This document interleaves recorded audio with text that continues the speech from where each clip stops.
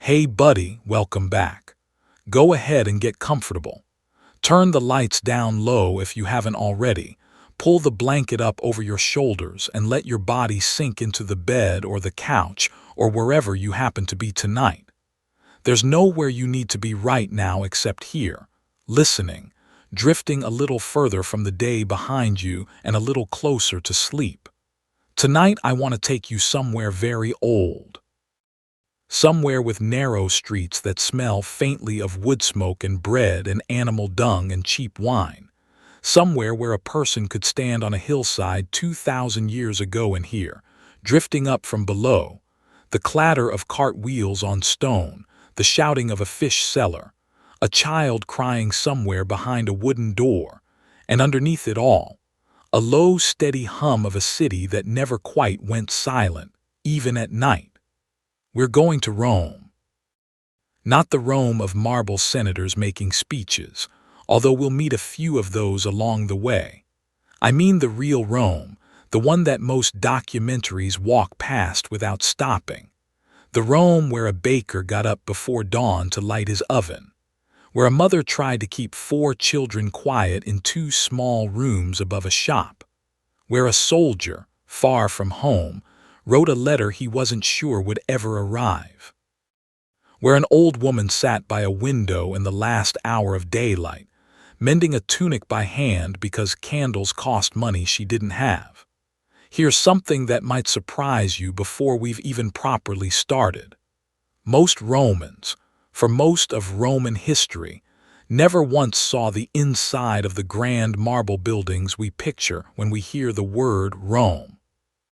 The Colosseum, the Forum, the great temples on the hills, those were real, and they mattered, but the actual texture of daily Roman life happened somewhere much smaller and much quieter. It happened in a cramped apartment 5 floors above a busy street, where the walls were thin enough to hear the neighbors arguing, and where a fire, if it ever started, could burn through an entire block before anyone managed to put it out. That's the Rome I want to spend the next several hours with you inside of. If you enjoy these slow walks through the past, you're welcome to subscribe and join us for the next one. No pressure at all. Just an open door if you'd like to come back. And while we're getting settled, I'd love to know where you're listening from tonight and what time it is where you are. Maybe it's already past midnight where you are, or maybe it's early evening and the sky outside your window hasn't quite gone dark yet. Maybe you're in Texas, or Ontario, or somewhere in Europe where the sun is just beginning to rise. Wherever you are, go ahead and drop it in the comments. I always like picturing the different corners of the world where these stories end up being heard. So here's what tonight actually is. We're going to walk through the entire arc of ancient Rome, from the muddy hills before there was a city at all, through the founding stories the Romans told about themselves, into the long structure of the Republic, through the daily rhythms of home and family and food and work, into the army and the wars that built an empire, through the extraordinary entertainments the Romans built for themselves, and finally into the slow, complicated decline of the Western Empire. Along the way, we'll spend time with ordinary bakers and soldiers and mothers and slaves and merchants, not just emperors, because that's really where Roman life happened. And when we finish, if you're not asleep by then, I hope you'll at least understand something about these people you didn't understand before, and maybe feel like you've actually spent an evening among them, rather than simply reading a list of facts about them. I'd also love to hear, whenever you have a moment, what part of Roman history interests you the most. The politics, the everyday life, the wars, the buildings, the religion. There's no wrong answer. Everyone who studies Rome tends to fall in love with a slightly different corner of it. All right, let's go back. Long before there was a Colosseum, long before there was an emperor, long before there was even a single word carved into Latin stone, there was just a cluster of hills beside a muddy river, and a handful of people trying to make a life there. Let's start with them. The land before Rome. Picture Italy roughly 3,000 years ago, long before anyone thought to call any part of it Roman. It's a long, narrow peninsula shaped like a boot kicking out into the Mediterranean, and it's already full of people, though not the people we usually think of first. In the north, along the Po River Valley, live Celtic tribes the Romans would later simply call Gauls, people who spoke a language entirely unrelated to Latin, and who would remain, for centuries, one of Rome's most feared and most persistent rivals. In the south, Greek settlers had already begun founding cities along the coastline, cities so numerous and so prosperous that the Romans would eventually nickname the whole region Magna Graecia, Great Greece. And in the middle of the peninsula, in the region we now call Tuscany, lived a people whose language nobody today can fully translate, a people whose art was strikingly confident, and whose women, according to shocked Greek visitors, dined alongside their husbands as equals rather than staying hidden away. These were the Etruscans, and if you want to understand where Rome actually came from, you have to start with them, because for the first several generations of its existence, the little settlement on the Tiber River was arguably more Etruscan than anything else. The Etruscans were remarkable builders. They knew how to drain marshland, how to build roads, how to construct temples with wooden superstructures on stone foundations, and how to organize cities around a grid of streets, an idea the Romans would later borrow almost wholesale. They also had a deep interest in reading omens in the natural world, particularly in the flight patterns of birds and the shape of a sacrificed animal's liver, a practice the Romans would inherit and take with complete seriousness for the rest of their history. Even centuries later, when Rome had grown into an empire stretching from Britain to Syria, Roman generals still consulted specially trained priests called haruspices, men trained in the old Etruscan art of liver reading, before making major military decisions. It's a strange thing to imagine, a Roman legion about to march into battle, and somewhere behind the front lines, a priest is quietly examining the internal organs of a sheep to decide whether the timing feels right. Now down on the low, marshy ground beside the Tiber River, there was a cluster of small hilltop villages belonging to a different people, a people who spoke an early form of Latin. Archaeologists have found evidence of simple huts on the Palatine Hill, one of the future 7 hills of Rome, dating back to around the 8th century before Christ, which lines up surprisingly well with the traditional founding date the Romans themselves believed in. These were not grand structures. Picture single-room huts made of wattle and daub, meaning a woven frame of branches packed with mud and straw, topped with a thatched roof of reeds. A small hearth sat in the middle of the floor. Smoke found its own way out through the thatch since there were no chimneys yet. A family might keep chickens just outside the door and a few goats tethered nearby. This was not a city. It was barely even a proper village. It was a scattering of huts on a hill overlooking a river crossing that happened to be useful, because the Tiber was narrow and shallow enough right there to ford on foot, and that simple geographic accident, more than anything else, is probably the real reason Rome exists where it does. Think about that for a moment. An empire that would eventually rule tens of millions of people across 3 continents began because a river happened to be crossable at one particular spot,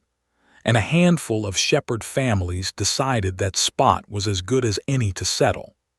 The land itself was not especially generous. The soil around Rome was volcanic in places, decent for grain but demanding constant work, and much of the low ground near the river was swampy and mosquito-ridden.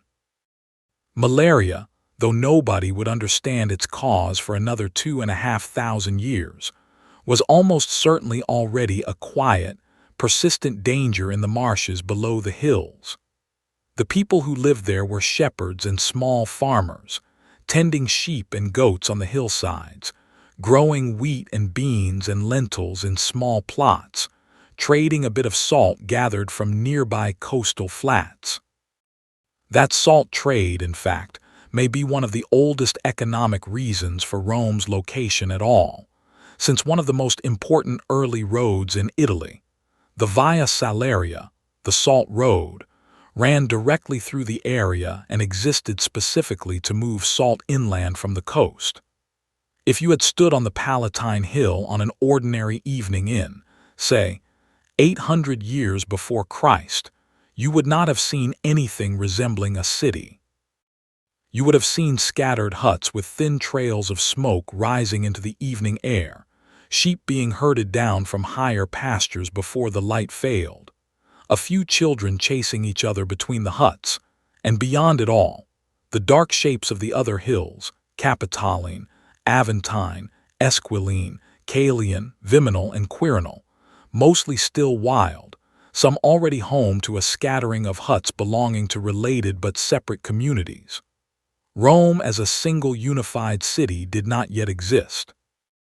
It was, at this early point, really a loose collection of hilltop settlements that had not yet decided to become one place. That decision, according to the Romans themselves, came with a story. And it's a story we need to spend some time with, not because it's necessarily historically accurate in its details, but because the Romans believed it, told it to their children, carved it into their public monuments, and shaped a huge amount of their national identity around it. To understand how Romans thought about themselves, you have to understand the story they told about their own beginning.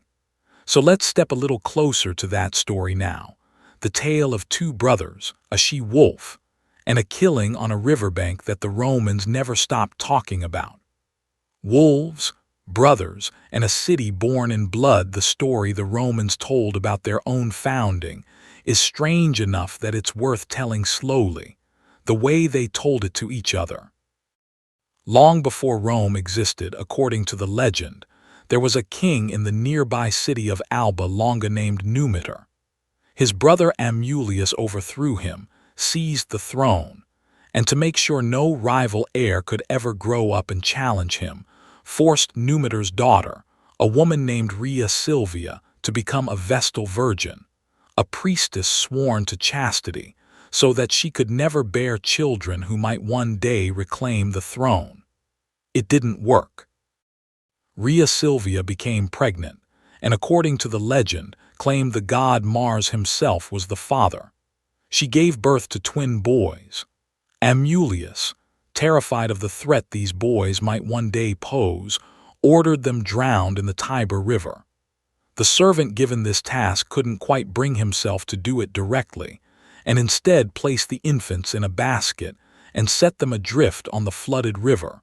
perhaps hoping fate would decide the matter instead of his own hands. The basket eventually washed up near the base of the Palatine Hill, caught in the roots of a fig tree, and there, according to the story, a she-wolf found the crying infants and rather than killing them, nursed them alongside her own cubs. A woodpecker, sacred to Mars, is also said to have helped feed them. Eventually, a shepherd named Faustulus discovered the boys, brought them home, and he and his wife raised them as their own.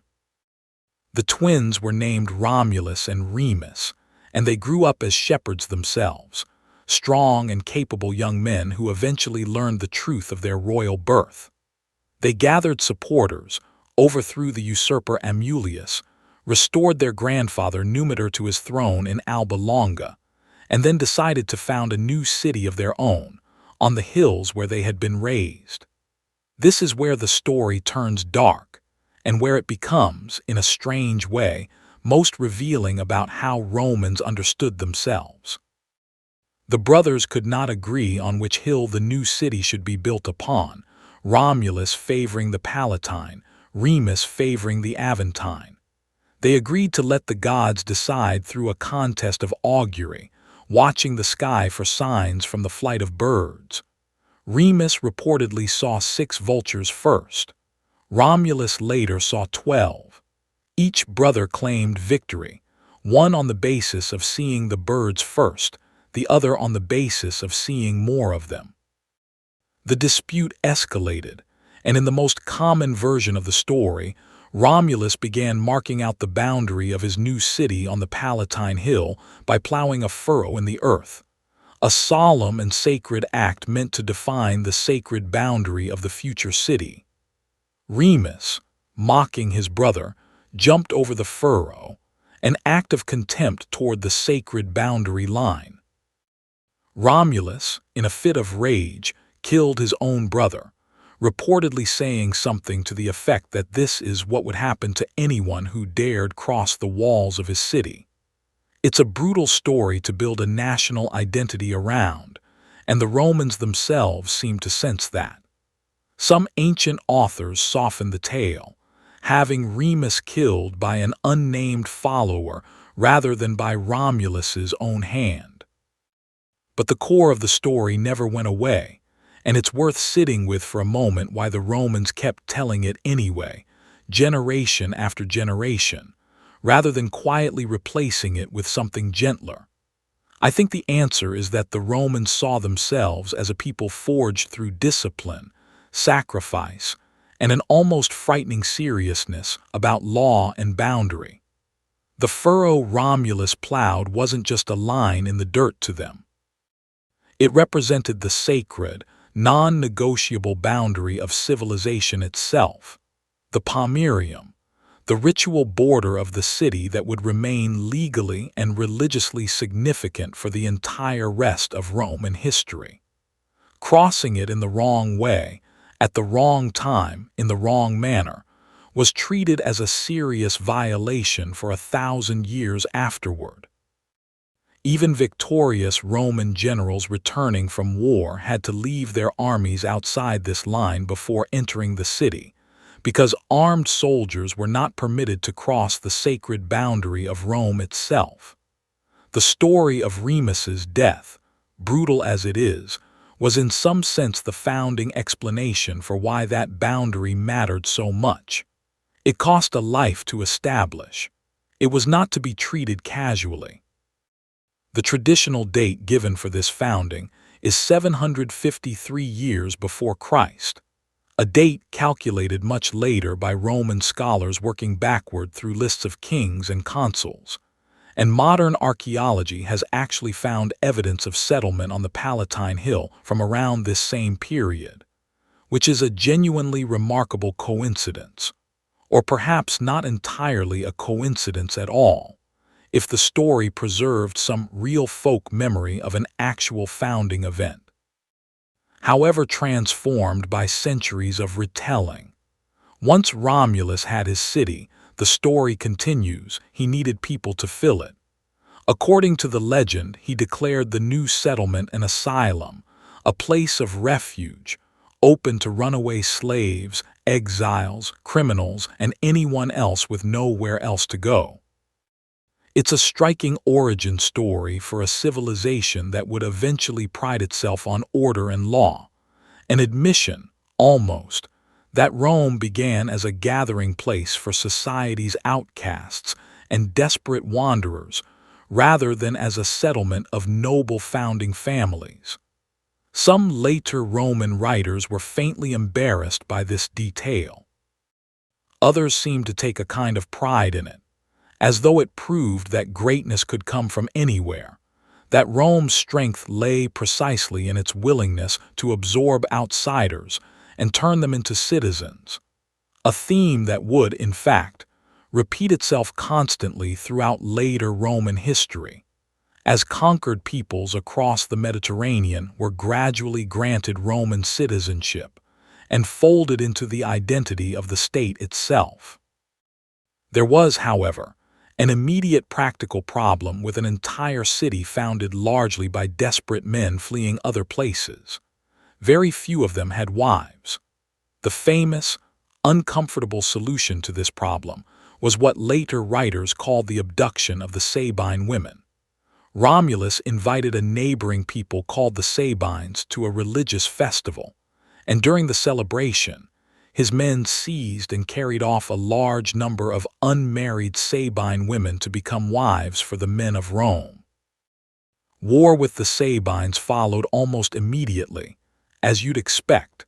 and the story eventually resolves with the Sabine women themselves, according to the legend, throwing themselves between the two armies, begging their fathers and their new husbands to stop fighting, since they now had children and loyalties on both sides. Peace was made, and the Sabines and Romans agreed to rule jointly for a time, with Romulus and the Sabine king Titus Tatius sharing power. This is uncomfortable material by any modern standard, and it's worth pausing to say plainly that historians today generally treat this story as later Roman myth-making rather than a reliable historical account, a way of explaining, after the fact, why Roman and Sabine culture appeared so intertwined, rather than an actual record of events. But it's also worth noticing what the Romans themselves took away from this story when they told it to their children. They didn't tell it as a celebration of violence for its own sake. They told it as an origin story for peace forged out of conflict, for a people willing to bind former enemies into their own community rather than simply destroying them. Whether or not the specific events ever happened, that underlying idea, the idea of turning outsiders into insiders, absorbing former enemies as future citizens, would become one of the genuinely distinctive and important features of how Rome actually operated for the next several centuries. And it's arguably one of the real reasons Rome eventually grew as large and durable as it did.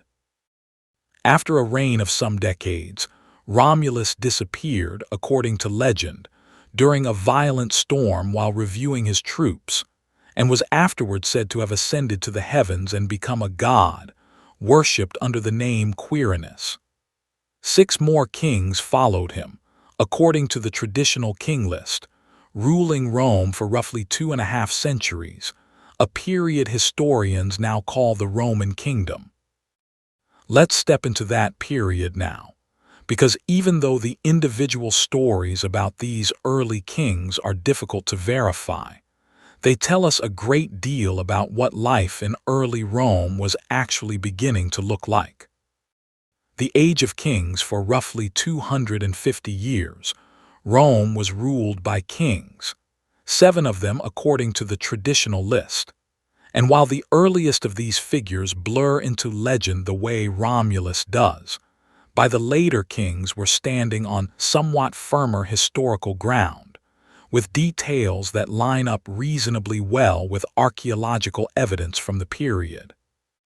Numa Pompilius, the second king, was remembered less as a warrior and more as a lawgiver and a religious founder, the man credited with establishing many of Rome's earliest priesthoods, its calendar, and its emphasis on sacred ritual as the foundation of public life. Whether or not every detail attributed to him is accurate, the Romans clearly wanted to remember their second king as a builder of institutions rather than a conqueror, which tells us something about which values they wanted embedded at the root of their own civic identity. It was under later kings, though, and increasingly under Etruscan influence, that Rome genuinely began transforming from a cluster of hilltop villages into something resembling an actual city. Around the 6th century before Christ, marshy ground between the hills, ground that had previously been essentially unusable, began to be drained through an engineering project so effective that its central structure, a great covered sewer channel called the Cloaca Maxima, was still functioning, remarkably, thousands of years later, and portions of it still exist beneath modern Rome today. That drained ground became the Roman Forum, which would remain the political, religious, and commercial heart of the city for the rest of its history. Picture what that transformation actually meant for someone living through it. A family that had perhaps kept goats on damp, mosquito-plagued ground near the river might have watched over the course of a single lifetime. That same ground drained, paved, and gradually filled with markets, meeting spaces, and eventually temples and public buildings. The physical experience of walking through the center of the settlement would have changed dramatically within a generation or two, from squelching mud to solid stone paving, an enormous and very tangible improvement to daily life that we rarely think about when we picture grand Roman architecture, but which mattered enormously to the ordinary people who no longer had to wade through standing water to reach the marketplace. Under Etruscan-influenced kings, particularly the last three, Tarquinius Priscus, Servius Tullius, and Tarquinius Superbus, Rome also acquired many of the institutions and symbols that would remain central to Roman identity for the rest of its existence. The toga, that distinctively draped garment we now associate instantly with Rome, likely originated as an Etruscan style of dress. The fasces, a bundle of wooden rods bound around an axe, carried by officials called lictors as a symbol of a magistrate's power to punish, also appears to have Etruscan origins, and that symbol would remain attached to Roman political authority for the entire span of Roman history, later even inspiring the design of certain modern government emblems, including, in a rather unexpected historical echo, the origin of the word fascism itself many centuries later. King Servius Tullius, traditionally credited with reforms in the 6th century before Christ, reorganized the Roman population into a system of classes based primarily on wealth, since wealth determined what kind of military equipment a man could afford to bring with him when called to defend the city. Those who could afford a full set of bronze armor and weapons formed the wealthiest and most heavily armed rank. Those with fewer resources brought lighter equipment, and the poorest citizens, unable to afford weapons at all, were assigned to serve as unarmed support, providing labor, carrying supplies, or serving as light skirmishers with only a sling. This system, called the centuriate organization, tied military service directly to property and wealth,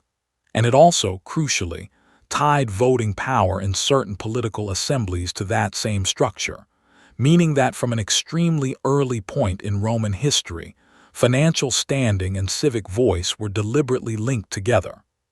Wealthier citizens carried greater military obligation and, in exchange, held greater political weight.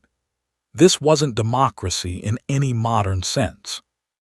It was something closer to a system where influence was earned through the burden of one's contribution to the common defense,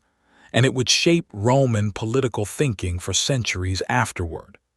Meanwhile, ordinary daily life during the Age of Kings was still overwhelmingly agricultural and modest, even as the city center grew more impressive. Most families lived in simple homes near their fields,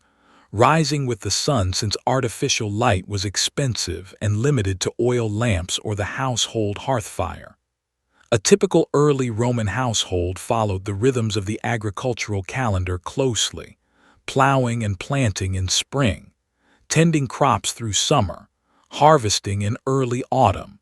and using the quieter winter months for repairing tools, spinning wool, and other indoor tasks.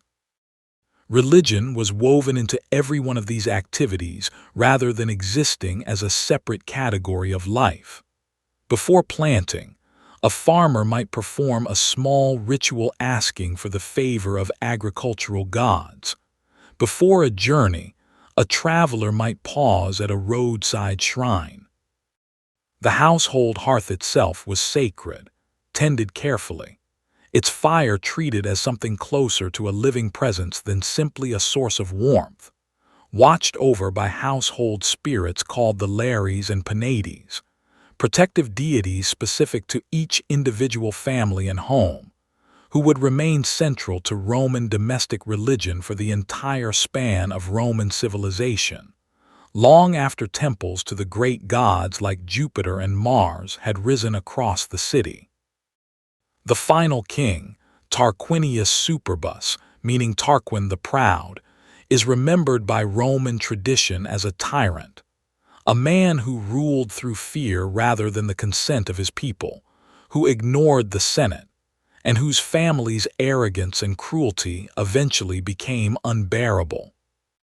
The specific event that supposedly triggered his overthrow, around 509 years before Christ, involved his son committing a terrible crime against a noblewoman named Lucretia, who, after telling her family what had happened, took her own life rather than live with the shame of the assault. Her death, according to the traditional account, became the spark that ignited a popular uprising, led by a nobleman named Lucius Junius Brutus, that drove the king and his family out of Rome entirely. We should treat the specific details of this story with the same historical caution we applied to Romulus and Remus. Ancient societies frequently explained major political transitions through dramatic personal stories that carried strong moral lessons, and this narrative certainly carries one, a lesson about the corrupting danger of unchecked royal power and the nobility of resistance against tyranny. Whatever actually happened in the specific details,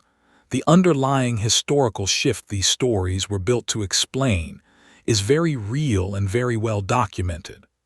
Around 509 years before Christ, Rome abolished kingship entirely, and the Romans, having just lived through what they remembered as an era of arrogant, unaccountable royal rule, developed a deep and lasting cultural suspicion of any single individual holding too much personal power for too long. That suspicion would shape Roman politics for the next 4.5 centuries, expressing itself in an entirely new form of government, one built specifically to prevent any single person from ever becoming king again. That new government was the Roman Republic, and it's where we're headed next. A republic built on suspicion. If you want to understand the entire structure of the Roman Republic in a single sentence, it might be this. The Romans built a government almost entirely designed around the fear of ever again giving one man too much power. After the expulsion of the last king, the Romans replaced the monarchy with 2 annually elected officials called consuls. 2, not 1, deliberately, so that each consul could act as a check against the other. Each held the power a king once held, including command of the army and the ability to preside over the Senate, but each also held the power to veto the actions of his colleague, and crucially, each served for only a single year before being replaced. Imagine the psychological effect of that structure. A Roman consul knew, from the very first day of his term, that his power had an expiration date already fixed on the calendar, and that another man stood beside him with the authority to block anything he tried to do that seemed to overreach. Beneath the consuls sat the Senate, a body of several hundred men, initially drawn exclusively from Rome's oldest and wealthiest noble families, called patricians. The Senate did not technically pass binding laws for most of Roman history. Instead, it issued advice, called a senatus consultum, a recommendation the consuls were expected to follow, partly out of respect, partly because the senators, collectively, represented an enormous concentration of wealth, land, family connections, and political experience that no sensible consul wanted to ignore. In practice, the Senate became the true center of gravity in Roman political life for centuries, a permanent, continuous body of experienced men, advising a rotating cast of temporary annual magistrates who came and went. But Rome was not only patricians. The vast majority of ordinary Roman citizens belonged to a much larger group called plebeians, and for the first 2 centuries of the Republic, the relationship between patricians and plebeians was tense, occasionally to the point of near collapse. Plebeians could not, in the earliest years of the Republic, hold most political offices. They could not legally marry patricians. They had limited access to the actual written text of Roman law, which for a long time existed mostly as unwritten custom controlled and interpreted by patrician priests and magistrates, meaning ordinary citizens often had no clear way of knowing in advance whether their own actions were legal or not. Plebeian frustration eventually produced one of the most fascinating tools of political pressure in the ancient world, something modern historians call the secession of the plebs. On at least 5 separate occasions across the early Republic, when plebeian grievances went unanswered, the ordinary citizens of Rome simply left. Not the city itself necessarily, but their normal roles within it. They would withdraw, sometimes physically leaving to a nearby hill outside the city, refusing to work, refusing to serve in the army, refusing to participate in the normal functioning of Roman society until their demands were addressed. Since the plebeian class made up the overwhelming majority of Rome's farmers, craftsmen, and soldiers, this was an enormously effective form of pressure. A city and an army cannot function without the people who actually do the physical work of running them, and the patricians knew this. The first of these successions, traditionally dated to 494 years before Christ, resulted in the creation of an entirely new office, the tribune of the plebs, an official elected exclusively by plebeians, whose person was considered sacred and legally untouchable, and who held the extraordinary power to veto almost any action taken by a Roman magistrate, including a consul, if that action harmed the interests of ordinary citizens. Over the following 2 centuries, continued plebeian pressure gradually won the right to have Roman law written down and publicly displayed, in a code called the 12 Tables, so that at least the basic rules governing Roman life could no longer be hidden or manipulated by patrician officials alone. Plebeians eventually won the right to marry patricians, the right to hold the consulship itself, and eventually the right to have their own assembly's decisions carry the full force of law for the entire Roman state, patrician and plebeian alike. This slow, grinding, centuries-long process of expanding political rights is genuinely one of the more remarkable and underappreciated aspects of Roman history. It wasn't a single revolution. It was a long negotiation, occasionally violent, more often simply exhausting, carried out over roughly 200 years, through which an excluded majority gradually forced its way into meaningful participation in the government of its own city. And notably, this entire struggle took place without ever overthrowing the underlying structure of the Republic itself. Plebeians didn't want to destroy the system. They wanted a fair place inside it, and eventually, largely, they got one. What did all of this actually look like for an ordinary Roman citizen going about daily life during this period? Political participation for most people was concentrated into specific, occasional moments rather than a continuous activity. Several times a year, Roman citizens gathered in open-air assemblies to vote on laws or elect magistrates. Voting wasn't secret in the earliest periods, and it wasn't conducted the way we'd recognize today. Citizens were organized into voting blocks, based partly on the old Century 8 wealth classes we mentioned earlier, and votes were often cast essentially by voice, or by physically stepping to one side or another of a designated area, meaning your neighbors, your patrons, and your social superiors could usually see exactly how you voted, which added significant social pressure to vote in ways that pleased powerful men who might later do you favors, or fail to. This introduces something essential to understanding Roman society at every level, a relationship called clientage. Wealthy, powerful Romans, called patrons, maintained large networks of poorer citizens called clients, who depended on their patron for financial help, legal protection, and general assistance, and who in exchange were expected to support their patron politically, show up at his house each morning to pay respects, and generally add to his visible prestige by the sheer number of followers he could command. A wealthy senator's morning often began with his own front door opening to admit a line of clients waiting to greet him, seek a favor, or simply be seen in his presence, since a patron's social standing was measured partly by how many people depended on him. This relationship touched almost every layer of Roman society, and it meant that Roman politics was never simply an abstract system of laws and votes. It was deeply personal, woven through webs of obligation, favor, and loyalty that connected the grandest senator all the way down to the poorest citizen in the city. Let's leave the Forum and the Senate House for a while now and go somewhere quieter.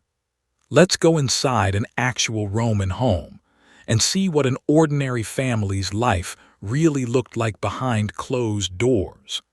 Inside the Roman home, let's step inside for a moment.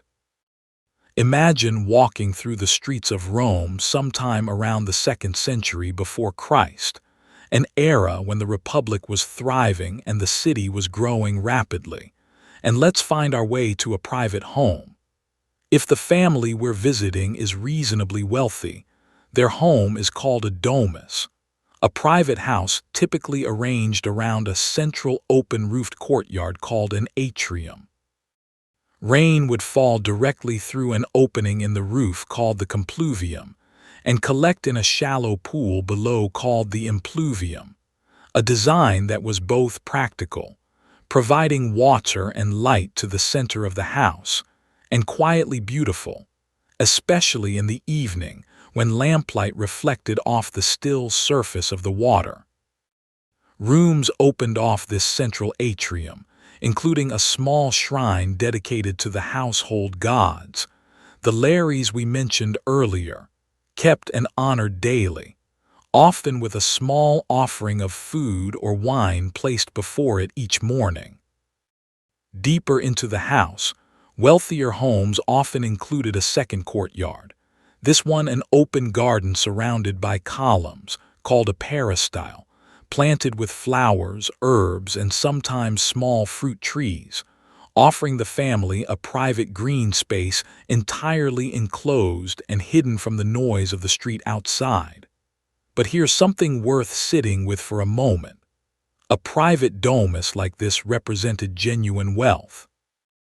The vast majority of Rome's population, especially by the later Republic and throughout the Empire, when the city's population swelled past 1 million people, lived nothing like this at all. Most Romans lived in apartment buildings called insulae, meaning islands, tall multi-story structures, sometimes rising 5 or 6 floors, packed tightly along narrow streets, and often built quickly and cheaply by landlords looking to squeeze as much rent as possible out of as little space as possible. Living conditions inside an insula varied dramatically depending on which floor you lived on, and this itself tells us something revealing about Roman urban life. The ground floor of an insula was the most desirable and expensive, often occupied by a somewhat comfortable apartment or a row of shops. Since ground floor tenants had easy access to the street, running water was more likely to be available, and there was less risk from fire and structural collapse. As you climbed higher, rents dropped, but so did safety and comfort. Upper floor apartments were smaller, often just one or two cramped rooms, with no running water at all, meaning residents had to carry water up flight after flight of narrow wooden stairs from a public fountain in the street below. There was no sanitation on the upper floors either. Residents often used chamber pots, and disposal of waste was, to put it gently, an inexact science, with buckets sometimes simply emptied out of windows into the street below, a hazard pedestrians had genuine reason to watch for, and one that Roman law actually addressed directly, holding residents legally liable if their thrown waste injured someone passing beneath their window. Fire was a constant, serious danger in these buildings. With open flames used for cooking and lighting on every floor, wooden structural elements throughout, and cramped, poorly regulated construction, fires could spread with terrifying speed through an entire block before anyone could stop them. The famous Great Fire of Rome in the year 64, during the reign of the Emperor Nero,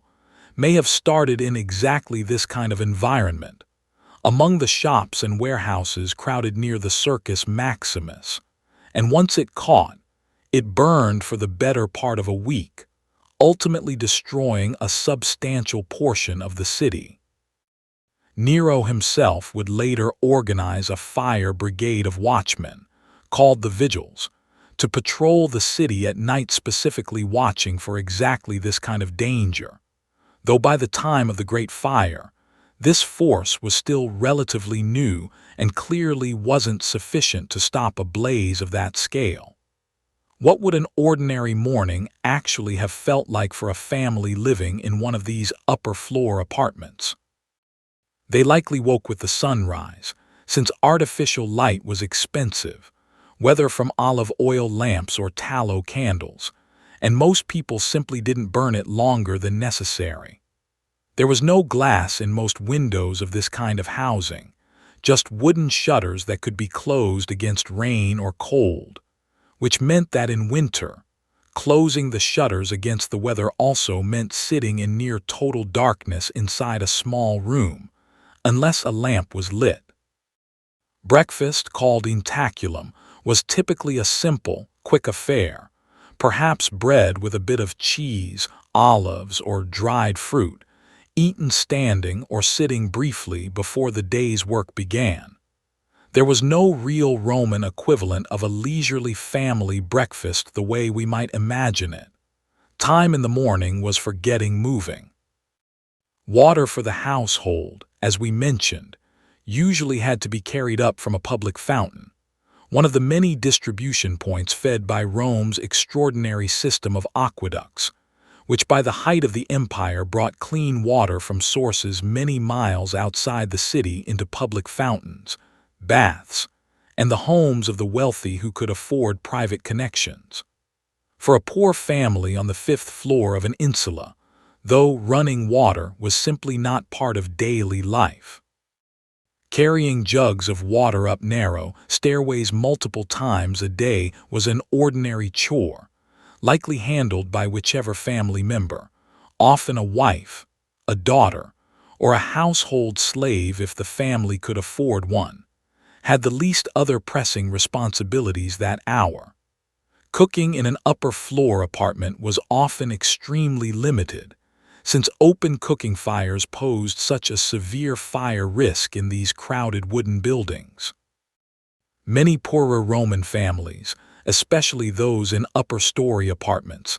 actually did very little cooking at home at all, and instead relied heavily on food purchased ready-made from street vendors and small shops called popini or thermopolia, essentially the ancient equivalent of a fast food counter, where a passerby could buy hot food, wine, or a simple stew ladled from large ceramic containers set into a counter. Evidence of which archaeologists have actually found remarkably well preserved in the ruins of Pompeii, This wasn't a luxury or a modern convenience the way we might picture takeout food today. For many Romans, it was simply the only practical way to eat a hot meal, given how dangerous cooking fires were in cramped upper floor housing. Family structure inside these homes, whether grand domus or cramped insula apartment, centered on the paterfamilias, the male head of household, who held extraordinary legal authority over everyone else in the family under Roman law, including, in theory, the power of life and death over his own children, though in practice this extreme power was very rarely exercised and was increasingly limited and softened by social custom and later legal reform as Roman history progressed. Roman wives, called materfamilias when married to the head of a household, occupied a genuinely interesting middle position by ancient standards. Unlike in classical Athens, where respectable women were largely expected to remain secluded within the home, Roman women could appear in public, run errands, attend certain public events, manage household finances, and in some cases run businesses, particularly if widowed. They could not vote or hold political office, and they remained under some form of male legal guardianship for most of their lives. But the everyday experience of a Roman matron moving through the city, visiting friends, attending religious festivals, and managing a household's affairs, was notably less restricted than that of women in many other ancient Mediterranean societies. Children in this world grew up quickly. Infant mortality was tragically high by modern standards, with historians estimating that something close to a third of children may not have survived past their first few years of life, a grim statistic that shaped Roman family life profoundly, encouraging large families in the hope that enough children would survive to adulthood, and likely also shaping the emotional distance some Roman parenting practices maintained toward very young infants as a kind of protective response to such devastating and common loss. For those children who did survive, daily life from a fairly early age involved real responsibility. Even quite young children in poorer households were expected to help with chores, minding younger siblings, running errands, or assisting with a family trade, while wealthier children might begin formal education around age 6 or 7. Let's spend a little more time with those children now, and with what an actual school day, if a Roman child was fortunate enough to attend one, would have looked and felt like. Children, learning and growing up a Roman education, for those who received one at all, rarely resembled anything like a modern school building. There was no single, unified Roman education system funded and organized by the state. Instead, education was a private matter, arranged and paid for by families who could afford it, and its quality and length depended enormously on how much money a household actually had. For a boy, and much more rarely a girl, born into a family with some financial means, early education around age 6 or 7 often began at home, or in a small class held in a rented room, a shop front, or sometimes literally in a corner of a public colonnade partitioned off with a curtain, taught by a hired teacher called a literator. Class sizes were small, discipline was strict, often physically strict by our standards, involving corporal punishment for mistakes or misbehavior that would be considered shocking and unacceptable today. Students learned to read and write Latin and practiced basic arithmetic, often using a counting board called an abacus, along with their fingers, since Roman numerals made written calculation considerably more cumbersome than the number system most of us use today. Imagine trying to do long division with numerals like MCCCLXVII, and you start to appreciate why abacuses and finger counting remained essential tools throughout Roman history, even for well-educated adults. Writing itself was often practiced on a wax tablet, a wooden frame filled with a thin layer of blackened wax, which a student would inscribe using a pointed stylus, then smooth flat again with the stylus's flattened opposite end when it came time to erase and start over. An efficient, reusable system that meant papyrus, which was considerably more expensive, could be reserved for final, more permanent writing. For boys whose families could afford further education, typically around age 11 or 12, schooling advanced to a teacher called a grammaticus, who taught more sophisticated grammar along with an extensive study of literature, particularly the great Latin and Greek poets. Homer and Virgil in particular were studied intensively, memorized in long passages, and analyzed for both their language and their moral lessons. Roman education placed enormous emphasis on the practical skill of rhetoric, the art of persuasive public speaking, since a Roman man's future success, whether in law, politics, or simply defending his family's interests and reputation, depended heavily on his ability to speak convincingly and construct a compelling argument in public. The most advanced students, generally from Rome's wealthiest families, might go on to study under a rhetorician, sometimes traveling as far as Athens or Rhodes to complete this final stage of education,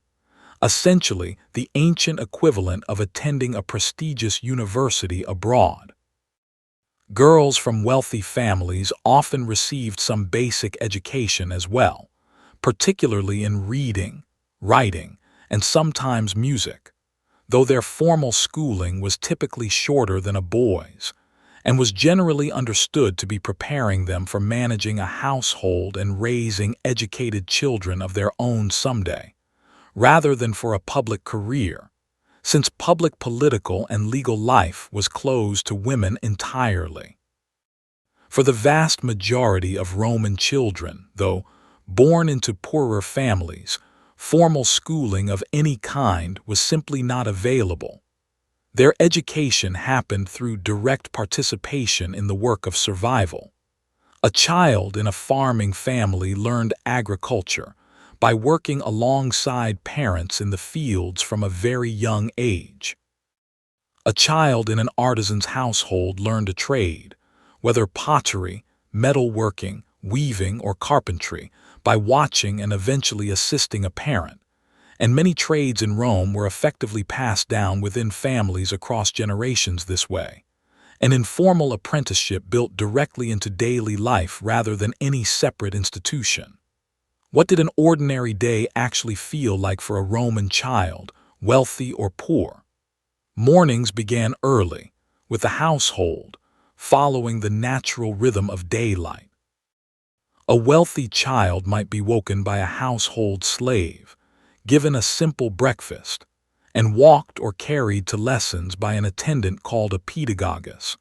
often a Greek slave specifically valued for his own education, who also served as a kind of chaperone and moral guardian throughout the school day,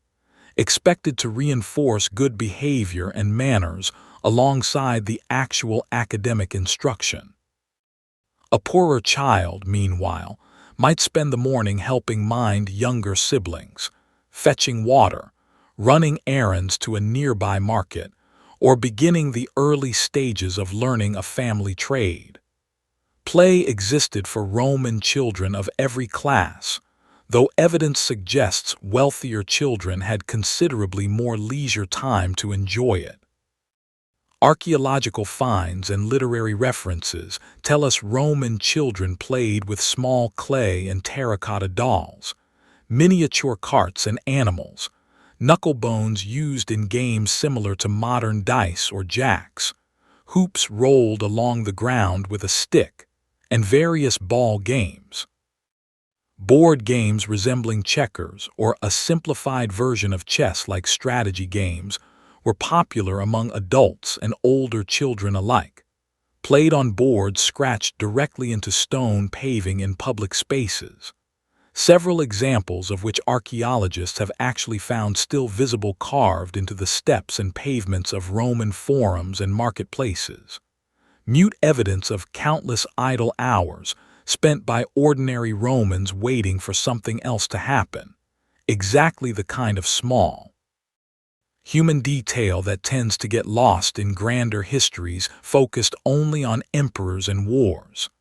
A boy's transition into adulthood was marked by a specific and meaningful ceremony. Roman boys wore a garment called the toga praetexta throughout childhood, a toga bordered with a purple stripe, along with a protective amulet called a bulla, worn around the neck, believed to ward off evil influences. Around the age of 14 to 16, in a ceremony usually held during a family religious festival, a young man would formally set aside his bulla, dedicating it to the household gods, and put on the plain white toga virilis, the toga of manhood, for the first time. This moment marked his formal entry into adult Roman civic life, and the family typically celebrated with a procession to the forum, where the young man would be formally registered as a citizen, followed by a family feast at home. It's a small but genuinely touching ritual to imagine, a young man walking through the streets of Rome for the first time in the plain white toga of citizenship, surrounded by his family, stepping quite literally and symbolically into the adult world. Girls, by contrast, generally transitioned into adulthood through marriage rather than through a comparable public civic ceremony, and Roman girls often married considerably younger than we'd expect today, sometimes as young as their early teenage years,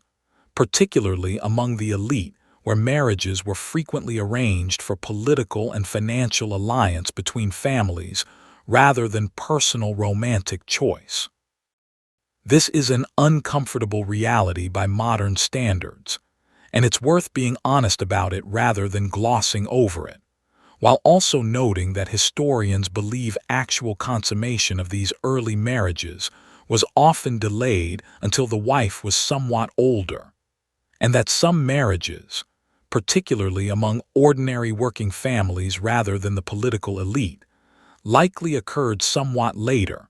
closer to the late teens or early 20s.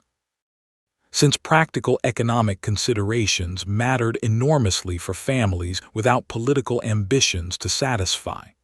we've spent some time now inside Roman homes and among Roman children. Let's step back outside, into the streets themselves, and follow the smell of fresh bread toward the place where most Romans actually got their food. Bread, wine, and the Roman table. Let's follow that smell of fresh bread for a moment, because it leads somewhere important. Food in ancient Rome was not simply about survival. It was deeply tied to social status, regional identity, and the daily rhythm of an entire city. And what ended up on a Roman table depended enormously on how much money that household actually had. For the average Roman, whether living in the city or working the land, the foundation of nearly every meal was grain, most commonly wheat, ground into flour and made into bread, though in earlier centuries of Roman history, before bread became widely affordable, a simple wheat porridge called pools was actually the more common staple, cooked in a pot over the hearth and flavored with whatever vegetables, herbs, or small amount of meat a family had available. Bread eventually overtook porridge as the dominant staple food, particularly once the city of Rome began importing enormous quantities of grain, especially from Egypt and North Africa, to feed its rapidly growing population, and once professional bakeries became common throughout the city, some of which, remarkably, have been preserved well enough at Pompeii that you can still see their stone flour mills and brick ovens standing today, exactly where a baker left them on the last morning before the eruption of Vesuvius. Beyond bread, the everyday Roman diet leaned heavily on what we might now call a Mediterranean pattern of eating.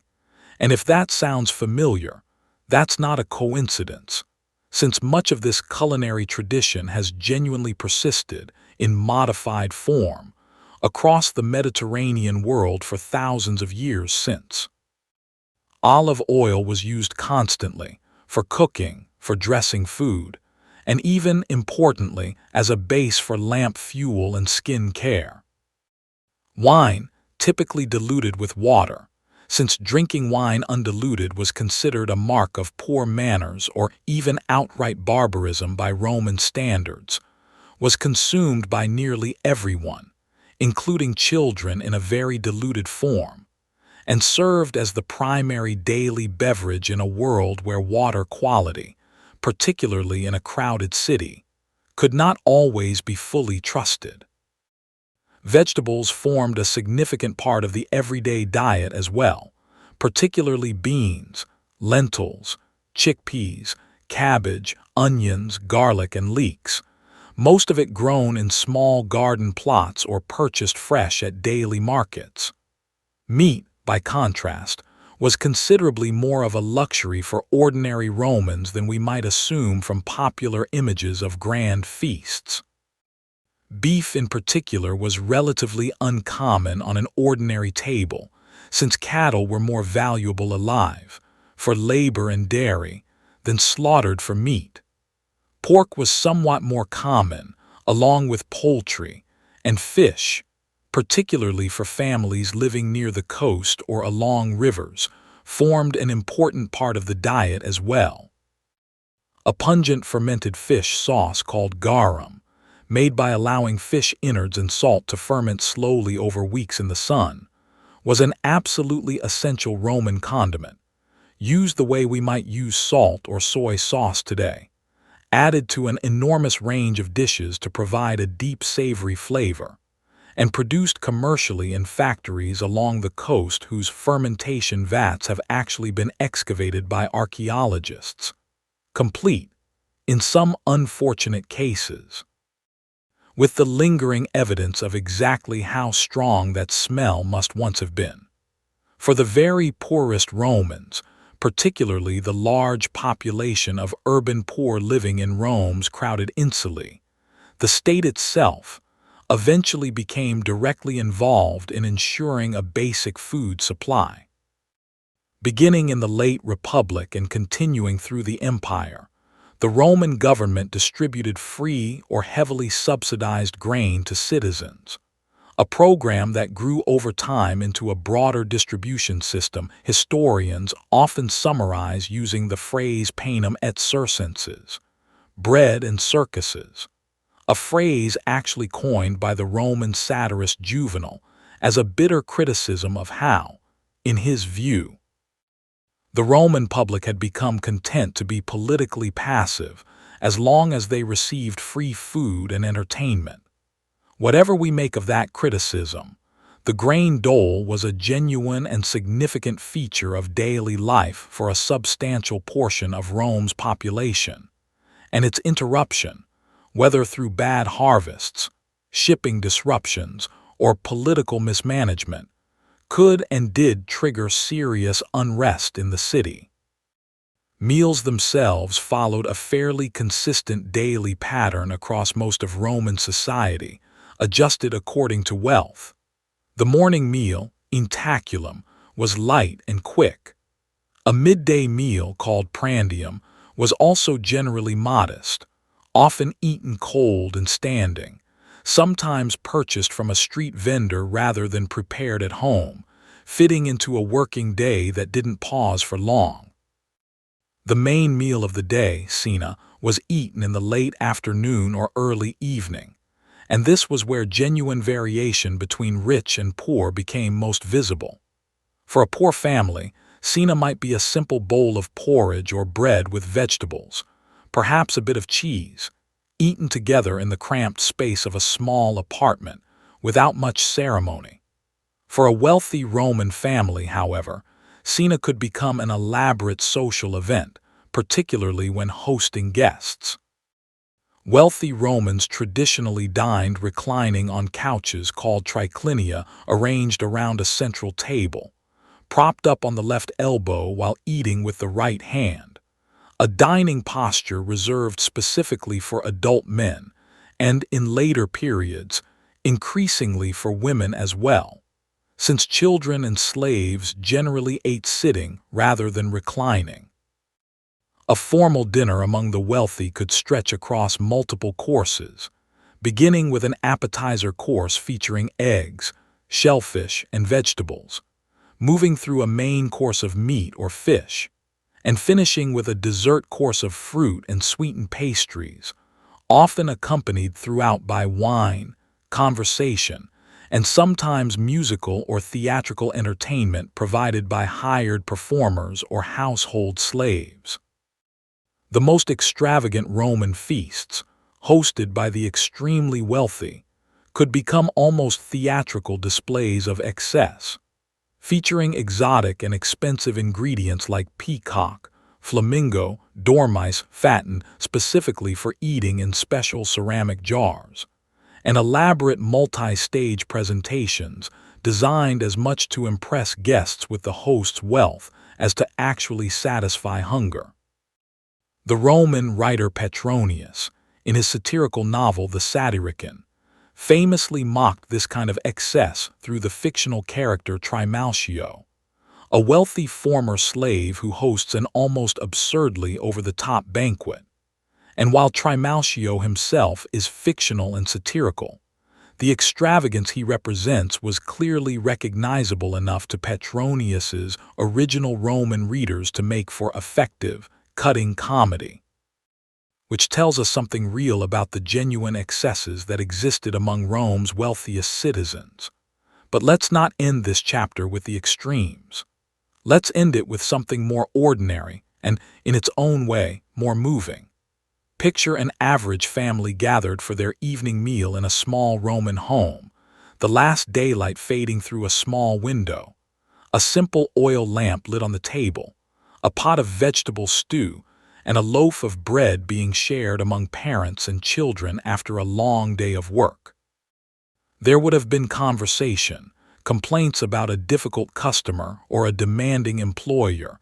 questions about a child's day, small pieces of neighborhood gossip. It's a scene so ordinary it barely feels like history at all, and that's exactly the point. For every grand banquet Roman literature remembers, there were countless thousands of quiet, unremarkable family dinners just like this one, happening every single evening across the entire span of Roman history. And it's in scenes like this, rather than in the excesses of the wealthy, that most Romans actually lived their lives. Now let's talk about what people wore to that table, and how they kept themselves clean in a city without running water in most homes. Clothing, bathing, and the public baths clothing in ancient Rome told anyone looking at you a great deal about who you were before you ever spoke a word. The toga, that heavy draped garment we now think of as the definitive symbol of Rome, was actually reserved specifically for adult male Roman citizens, and it was not, contrary to how it's often portrayed in movies, a comfortable everyday garment. A toga was an enormous semicircular piece of wool cloth, sometimes 12 feet or more across, that had to be carefully wrapped and draped around the body in a specific, somewhat complicated arrangement, typically requiring help from a slave to arrange it properly. And it restricted arm movement significantly on one side, since one arm had to remain largely tucked beneath the fabric to hold it in place. Because of this impracticality, most Romans, even citizens entitled to wear one, reserved the toga for formal public occasions, political events, religious ceremonies, or appearances in the forum, while everyday clothing was considerably simpler and more comfortable. The everyday garment for most Romans, men and women, free and enslaved, was the tunic, essentially a simple rectangular piece of woolen or linen fabric sewn or pinned at the shoulders and belted at the waist, falling to somewhere around the knee for men and typically longer, closer to the ankle, for women. The specific color, quality of fabric, and decoration of a tunic revealed a great deal about a person's status. A simple undyed woolen tunic was the ordinary dress of a laborer, farmer, or slave. Finer wool, dyed in richer colors, or woven with decorative bands called clavi running vertically from shoulder to hem, indicated greater wealth, and the width and color of these decorative bands actually indicated specific social rank among the elite, with a broad purple stripe reserved for senators and a narrower purple stripe for the equestrian class, the tier of wealthy Romans just below senatorial rank. Purple dye itself deserves a moment of attention because it's a genuinely fascinating detail of ancient economic life. The most prized purple dye, called Tyrian purple, was extracted from the mucus glands of a particular species of sea snail found along the eastern Mediterranean coast, and the process required thousands of snails to produce even a small amount of dye, making high-quality purple cloth extraordinarily expensive, roughly comparable in value to its weight in precious metal at various points in Roman history. This is precisely why purple became so closely associated with imperial and senatorial rank. It wasn't simply a color choice. It was a direct, visible display of wealth so extreme that ordinary citizens simply could not afford to imitate it, which made it an extremely effective and immediately recognizable marker of status the moment anyone stepped into a room. Women's clothing followed its own conventions.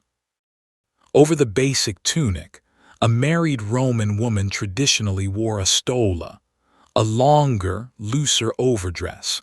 and when appearing in public, often added a palla, a large rectangular shawl that could be draped over the shoulders or pulled up over the head, both for warmth and, particularly for more modest or older women, as a mark of propriety in public settings. Roman attitudes toward women's dress in public were genuinely complicated and shifted over time, generally expecting married women to dress modestly as a visible signal of their respectable status, while also allowing, at least among wealthier women,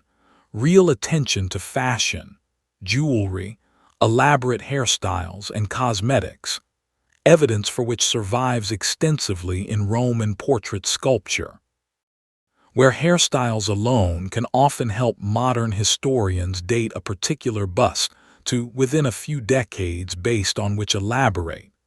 ever-changing style of curls and braids was fashionable at the imperial court at the time. Footwear varied by status and occasion as well, ranging from simple leather sandals for everyday wear to sturdier closed shoes and boots for outdoor work or travel. And specific sandal styles even distinguished a citizen from a slave in certain contexts, since Roman law and custom sometimes formally restricted certain types of dress or footwear to citizens alone, part of a broader Roman cultural tendency to encode social rank visibly into the smallest details of everyday appearance. Now, let's talk about something that might genuinely surprise you if you've never thought carefully about it before, something that touches nearly every level of Roman society regardless of wealth, and that's the extraordinary Roman institution of public bathing. Most Roman homes, especially in cities, did not include private bathing facilities, certainly not anything resembling a private bathroom the way we understand it today. Instead, bathing was an overwhelmingly public, communal activity, carried out in enormous public bath complexes called thermae, some of which, particularly those built later under emperors like Caracalla and Diocletian, were genuinely massive architectural achievements, capable of accommodating well over 1,000 bathers at once, featuring soaring vaulted ceilings, elaborate mosaic floors, exercise courtyards, libraries, gardens, and even small shops, essentially functioning as an entire leisure and social complex built around the simple act of getting clean. A typical visit to the baths, something most Romans, rich and poor alike, might do daily or near daily, since entrance fees were often extremely low or, at certain points in Roman history, entirely free thanks to wealthy benefactors covering the cost, followed a fairly consistent sequence. A bather would typically begin with exercise in an open courtyard called the palestra, wrestling, playing ball games, or simply walking, before moving through a sequence of rooms of increasing heat. The tepidarium offered a warm, comfortable temperature meant to ease the body gradually. The caldarium was intensely hot, heated by an ingenious underfloor heating system called a hypocaust, in which a furnace fed hot air through a network of channels beneath a raised floor, and sometimes through hollow spaces within the walls themselves, essentially functioning as an ancient version of central heating, warming both the floor and the air of the room, and heating large basins or pools of hot water for bathing and soaking. After the intense heat of the caldarium, a bather might finish with a plunge into the frigidarium, a cold pool meant to close the pores and refresh the body, sometimes followed by having oil scraped from the skin using a curved metal tool called a strigil, since soap in the modern sense was not the primary Roman cleaning method. Instead, Romans commonly applied olive oil to the skin and then scraped it away along with dirt and sweat using this strigil, a practice that sounds strange to modern ears but was, by all accounts, genuinely effective. But the baths were never simply about hygiene. They were one of the most important social spaces in the entire city, a place where Romans of different social classes, though not entirely equal ones, since separate bathing times or separate facilities for men and women were common, and the wealthy sometimes had access to private sections, mixed and mingled in a way that happened almost nowhere else in Roman public life. Business deals were discussed, political gossip was traded, friendships were maintained, and for many ordinary Romans living in cramped upper-floor apartments with no natural light and no space to relax, the baths offered something the home simply could not: room to breathe, warmth in winter, and genuine social connection at the end of a working day. Imagine, for a moment, being an ordinary craftsman finishing a long day of physical labor, walking through the crowded evening streets toward the baths, paying your small entrance fee, moving slowly through room after room of increasing warmth, feeling the tension of the day's work gradually easing from tired muscles, finally emerging clean, warmed, and unhurried into the cooling evening air before heading home for dinner. For a huge number of ordinary Romans, this daily ritual was genuinely one of the great, dependable comforts of city life, regardless of how modest the rest of their circumstances might have been.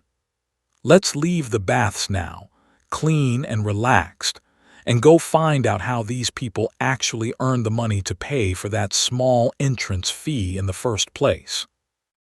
Work, trade, and the markets of Rome. By the height of its power, Rome had grown into one of the largest cities the ancient world had ever seen, with a population that likely exceeded 1 million people at its peak, an almost incomprehensible number for the ancient world, not matched again in Europe until many centuries later. Feeding, clothing, housing, and employing a population that size required an enormous, constantly moving economy,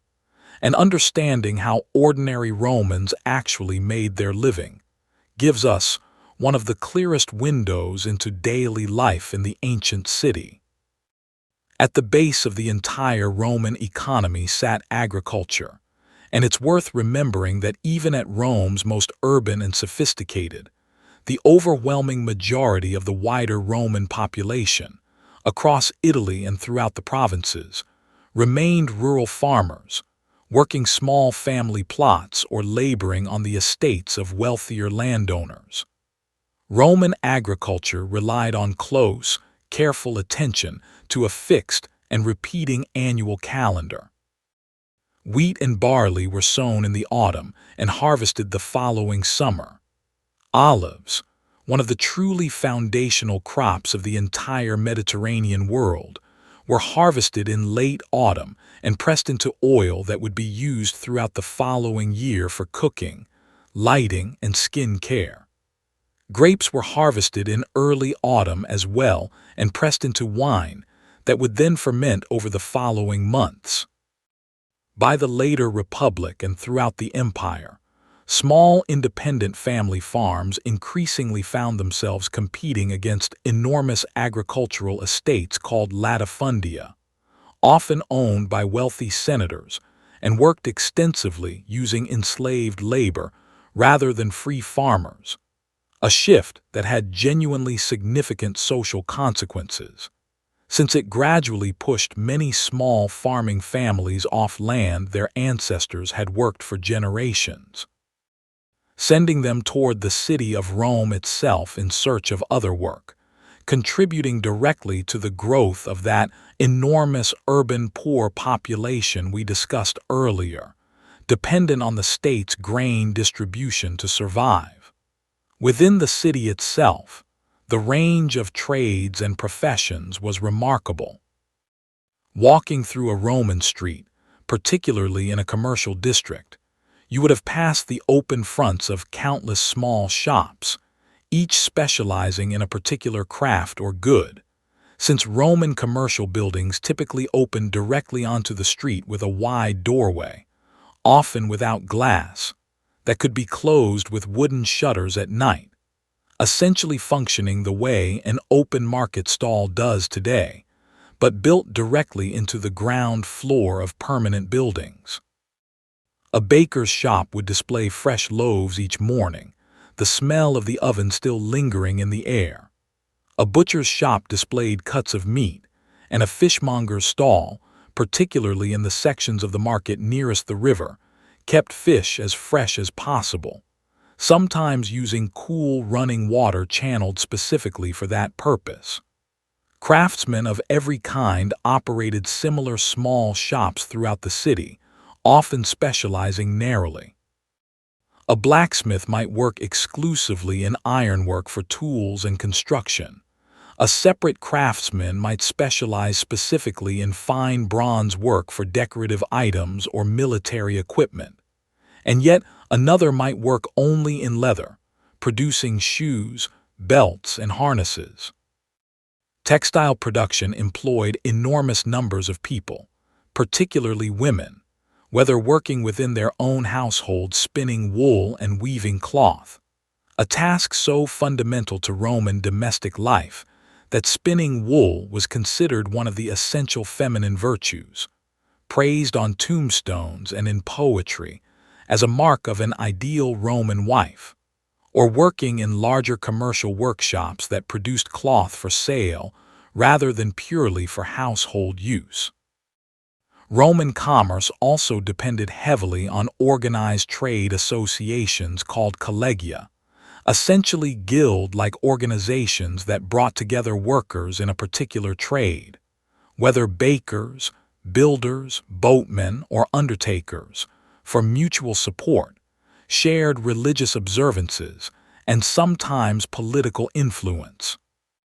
These collegia weren't labor unions in any modern legal sense, and Roman authorities occasionally viewed them with suspicion as potential sources of organized political unrest. But for their ordinary members, they provided a genuine sense of community and identity tied directly to a shared trade, along with practical benefits like contributing toward a decent funeral for members who couldn't otherwise afford one. A detail that reveals how seriously Romans across every social class took the importance of proper burial and remembrance after death. The great outdoor markets of Rome deserve their own moment of attention because they were, in a very real sense, the beating commercial heart of the city's daily life. The most famous of these, near the Forum, buzzed constantly with activity from early morning onward, vendors calling out prices, haggling over goods, the noise of animals being led through for sale, the smell of spices imported from as far away as India and southern Arabia mixing with the more ordinary smells of fresh bread, fish, and unwashed crowds. Imported goods flowing into Rome from across the empire and beyond it were genuinely extraordinary in their range and origin. Silk arrived, at enormous expense, along trade routes stretching all the way to China. Pepper and other spices came from India. Fine glassware came from the eastern Mediterranean. Marble for the grandest buildings was quarried and shipped from as far away as modern Turkey and Greece. Grain, as we've discussed, arrived constantly from Egypt and North Africa in massive quantities, carried aboard specialized grain ships that were, for their time, some of the largest vessels ever built,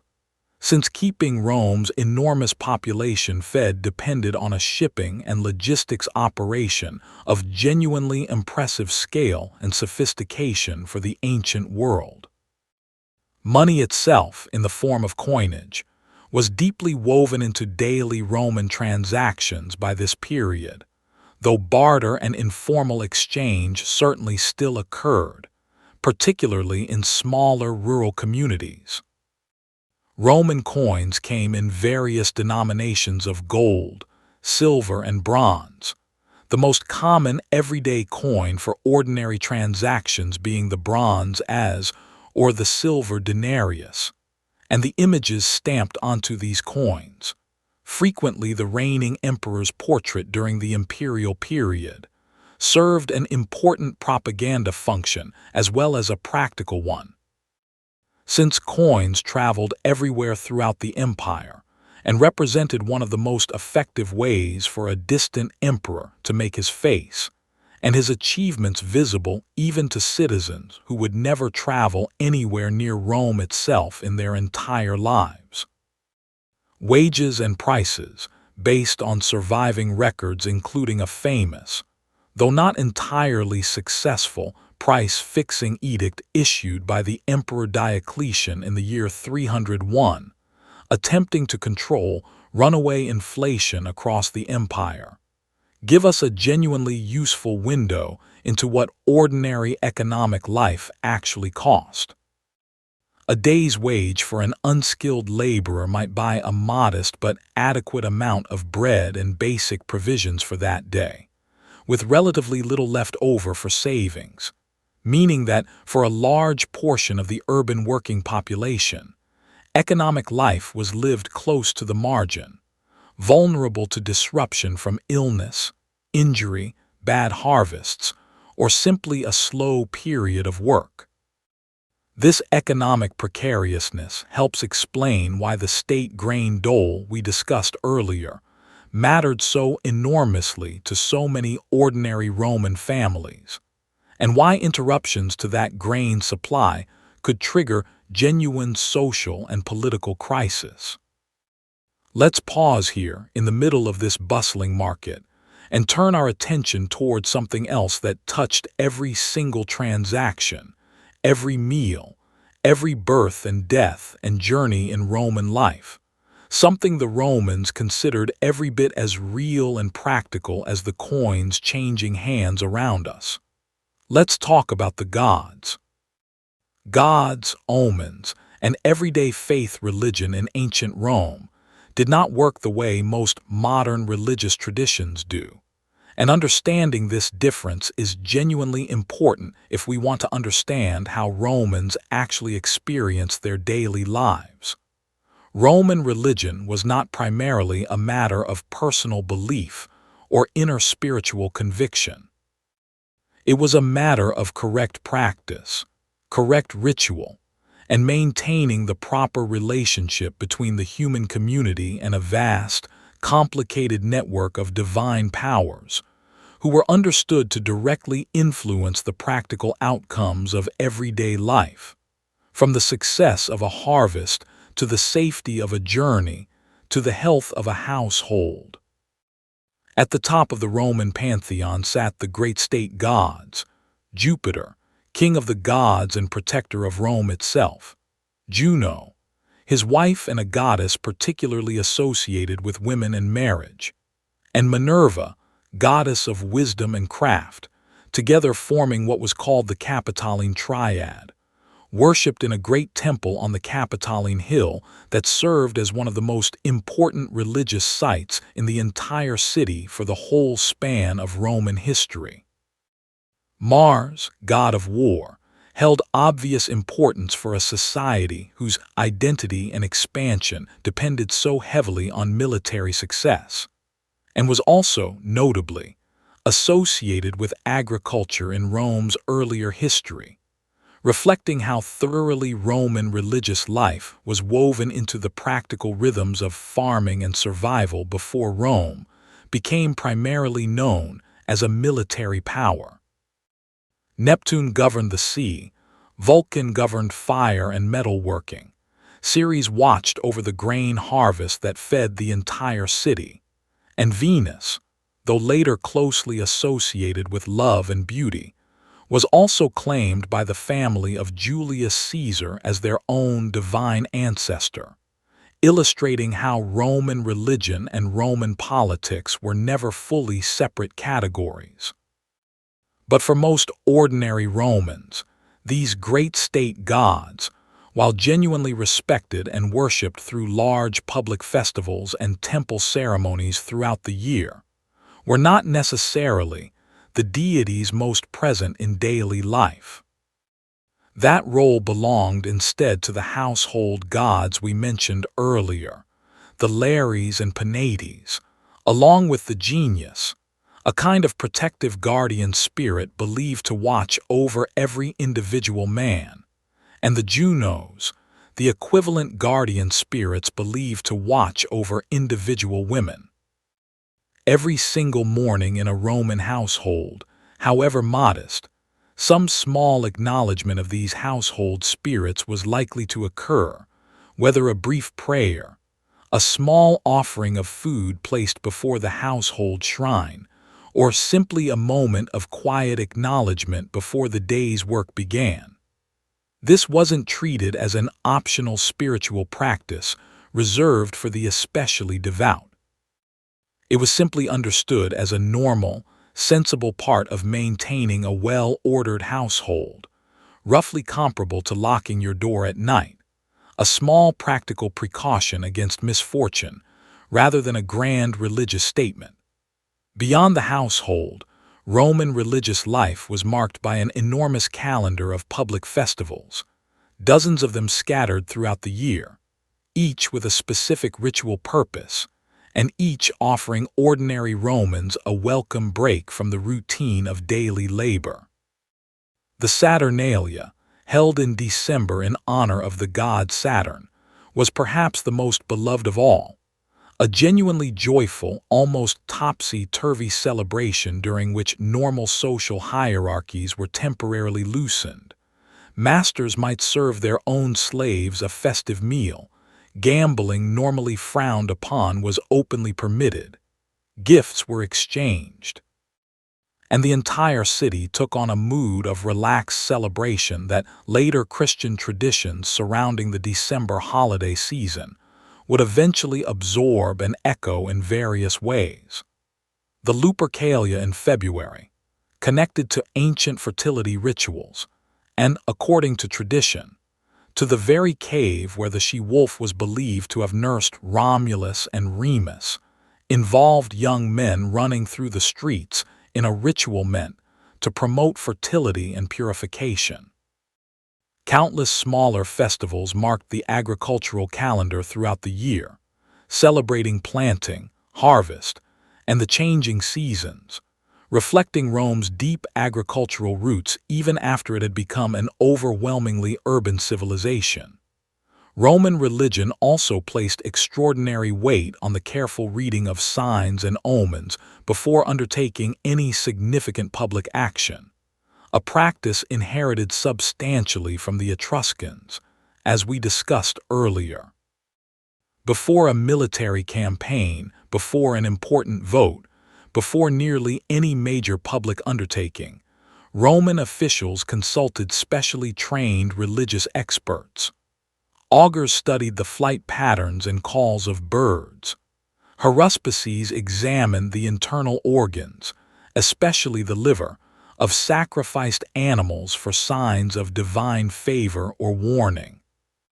If the signs were judged unfavorable, an entire military campaign or political vote might genuinely be delayed or canceled, regardless of how much practical planning and preparation had already gone into it. This wasn't superstition on the margins of Roman public life.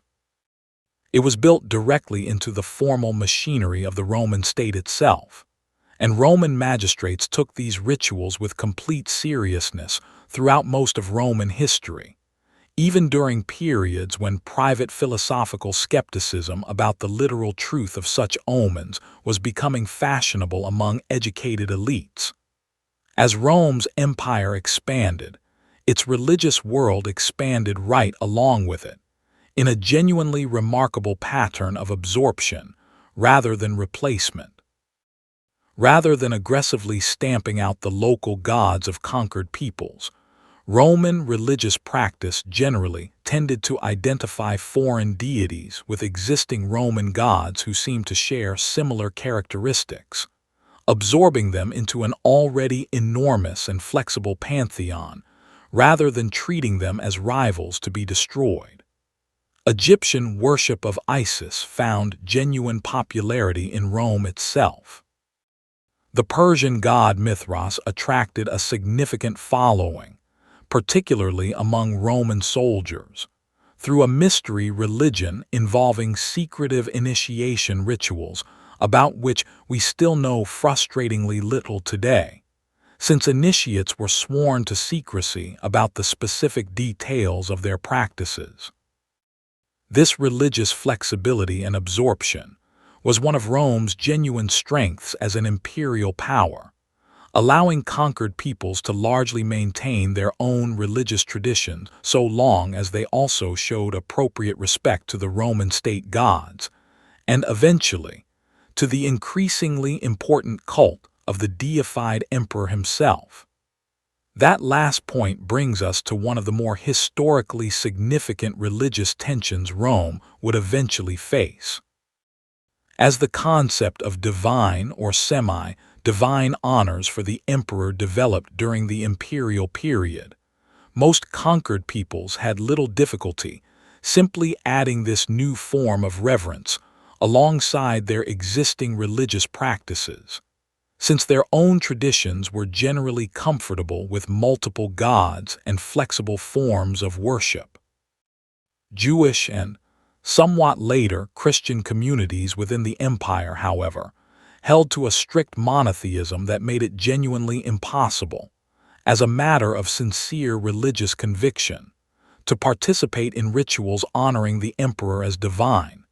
and this fundamental religious incompatibility would eventually become a significant source of friction, and at various points, serious persecution, a thread of history we'll return to later, since Christianity's slow, remarkable spread through the Roman world, from a small, often persecuted sect to the eventual official religion of the empire itself, is one of the genuinely transformative developments of the entire span of Roman history. For now, though, Let's turn from the temples and household shrines back toward something more immediately physical and dramatic, something that shaped Rome's entire trajectory as a civilization more than almost anything else. Let's talk about the Roman army and how a relatively modest city on the Tiber River eventually came to control the entire Mediterranean world. The legions and the making of an empire. It's worth remembering that Rome did not begin as a great military power. In its earliest centuries, Rome was simply one competitive city-state among many on the Italian peninsula, fighting frequent grinding wars against neighboring peoples, the Etruscans to the north, various hill tribes to the east and south, and other Latin-speaking cities nearby. Wars fought mostly over land, water rights, and local prestige rather than any grand imperial ambition. What eventually set Rome apart from its neighbors wasn't a single decisive military innovation, but rather a combination of organizational discipline, a genuinely remarkable capacity to absorb defeat and simply keep fighting, and, as we discussed earlier, a distinctive willingness to extend citizenship and alliance to defeated peoples rather than simply destroying or permanently subjugating them, which meant that former enemies frequently became new sources of Roman manpower, rather than lingering pockets of resentment waiting for revenge. By the early 3rd century before Christ, Rome had gained control of the entire Italian peninsula south of the Po Valley, largely through this pattern of war followed by incorporation. And it was around this period that Rome came into direct conflict with a far more established Mediterranean power, the North African city of Carthage, beginning a series of conflicts historians call the Punic Wars, Punic being the Latin term for the Phoenician-descended people of Carthage. The First Punic War, fought largely over control of Sicily, dragged on for over 2 decades and forced Rome, a land power with essentially no significant naval tradition at the time, to build an entire war fleet from scratch, reportedly using a captured Carthaginian ship as a design template. Rome ultimately won this grinding, exhausting conflict, gaining Sicily as its first overseas province, a genuinely significant moment, since it marked the beginning of Rome's transformation from a purely Italian land power into a Mediterranean empire with territory beyond the peninsula itself. The Second Punic War, however, is the conflict most people remember, largely because of one man, the Carthaginian general Hannibal Barca. In a move that stunned Roman strategists, Hannibal led an army, famously including a number of war elephants, on an extraordinarily difficult overland march from Spain, across the Alps, and directly into Italy itself, rather than attempting a naval invasion Rome might have anticipated and defended against. Once inside Italy, Hannibal inflicted a series of catastrophic defeats on Roman armies, most devastatingly at the Battle of Cannae in 216 years before Christ, where Roman losses were so severe, likely numbering somewhere between 50 and 70,000 soldiers killed in a single day, that the battle remains, even now, one of the deadliest single days of combat in the entire history of warfare up to that point. What happened next tells us something genuinely important about the character of the Roman Republic. After a defeat of that scale, many ancient states would have sued for peace immediately, or simply collapsed under the psychological and political pressure of such catastrophic loss. Rome did neither. The Senate, according to Roman tradition, refused to negotiate, continued raising new legions from what remained of its citizen and allied manpower, and simply refused to give Hannibal the decisive political surrender he needed to actually win the war, even while he remained active and dangerous within Italy itself for over a decade afterward. Eventually, Rome shifted its strategy, avoiding further direct confrontation with Hannibal's battle-hardened army in Italy, while instead attacking Carthaginian territory in Spain and eventually North Africa directly, forcing Hannibal to abandon Italy and return home to defend Carthage itself. The war finally ended in 202 years before Christ at the Battle of Zama, where a Roman general named Scipio, who would afterward be honored with the title Africanus, decisively defeated Hannibal on Carthaginian soil.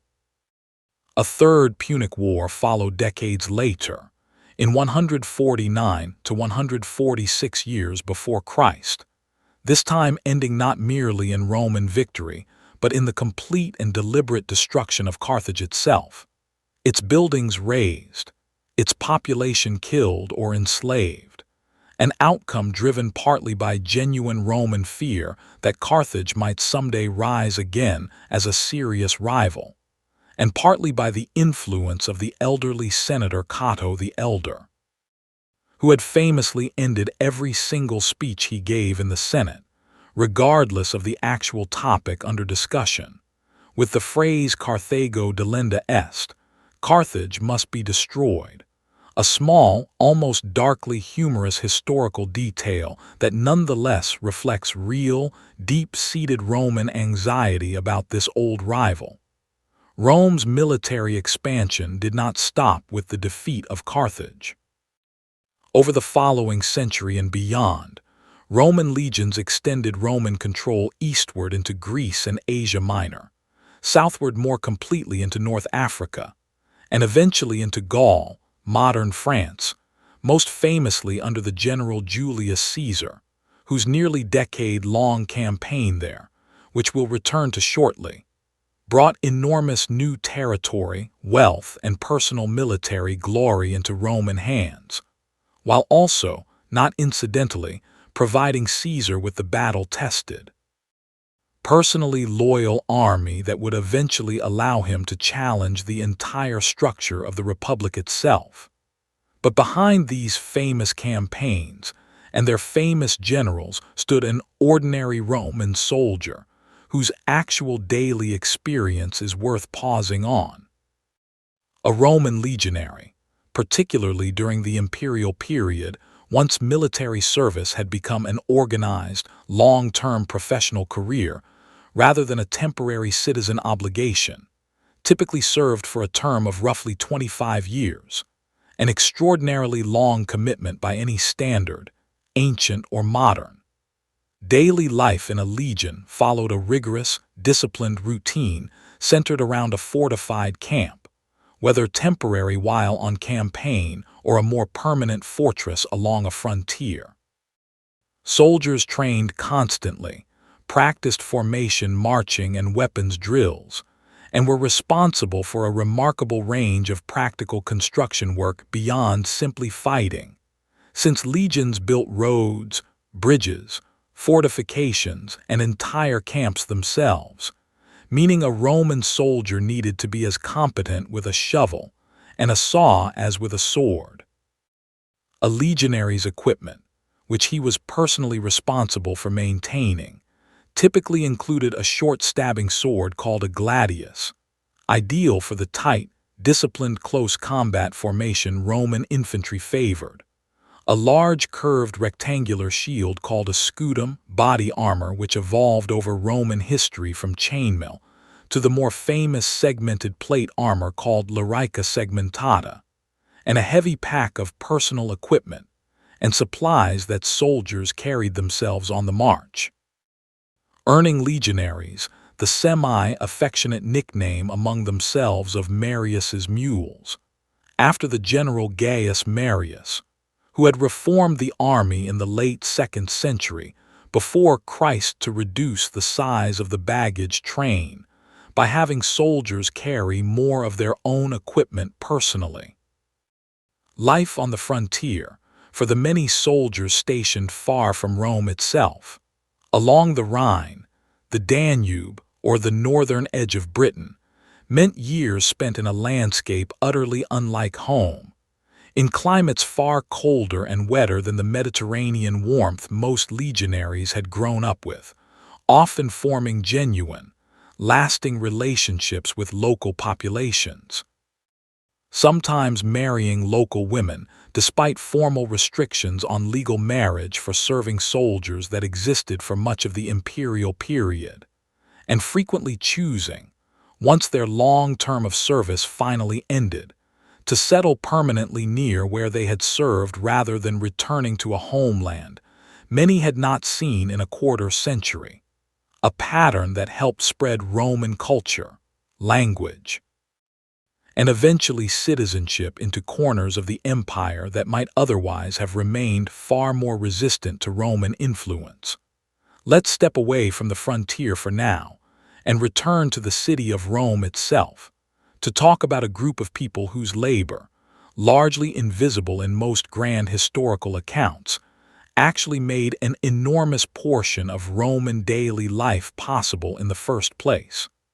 Let's talk honestly about slavery in Roman society. The people Rome depended on it would be dishonest, and it would give you a badly distorted picture of Roman life. To tell this story without spending real time on slavery, because enslaved people made up a genuinely enormous portion of the Roman population. Historians estimate somewhere between a fifth and a third of the total population of Italy during the height of the Republic and early Empire, and their labor touched nearly every part of the daily life we've already described tonight.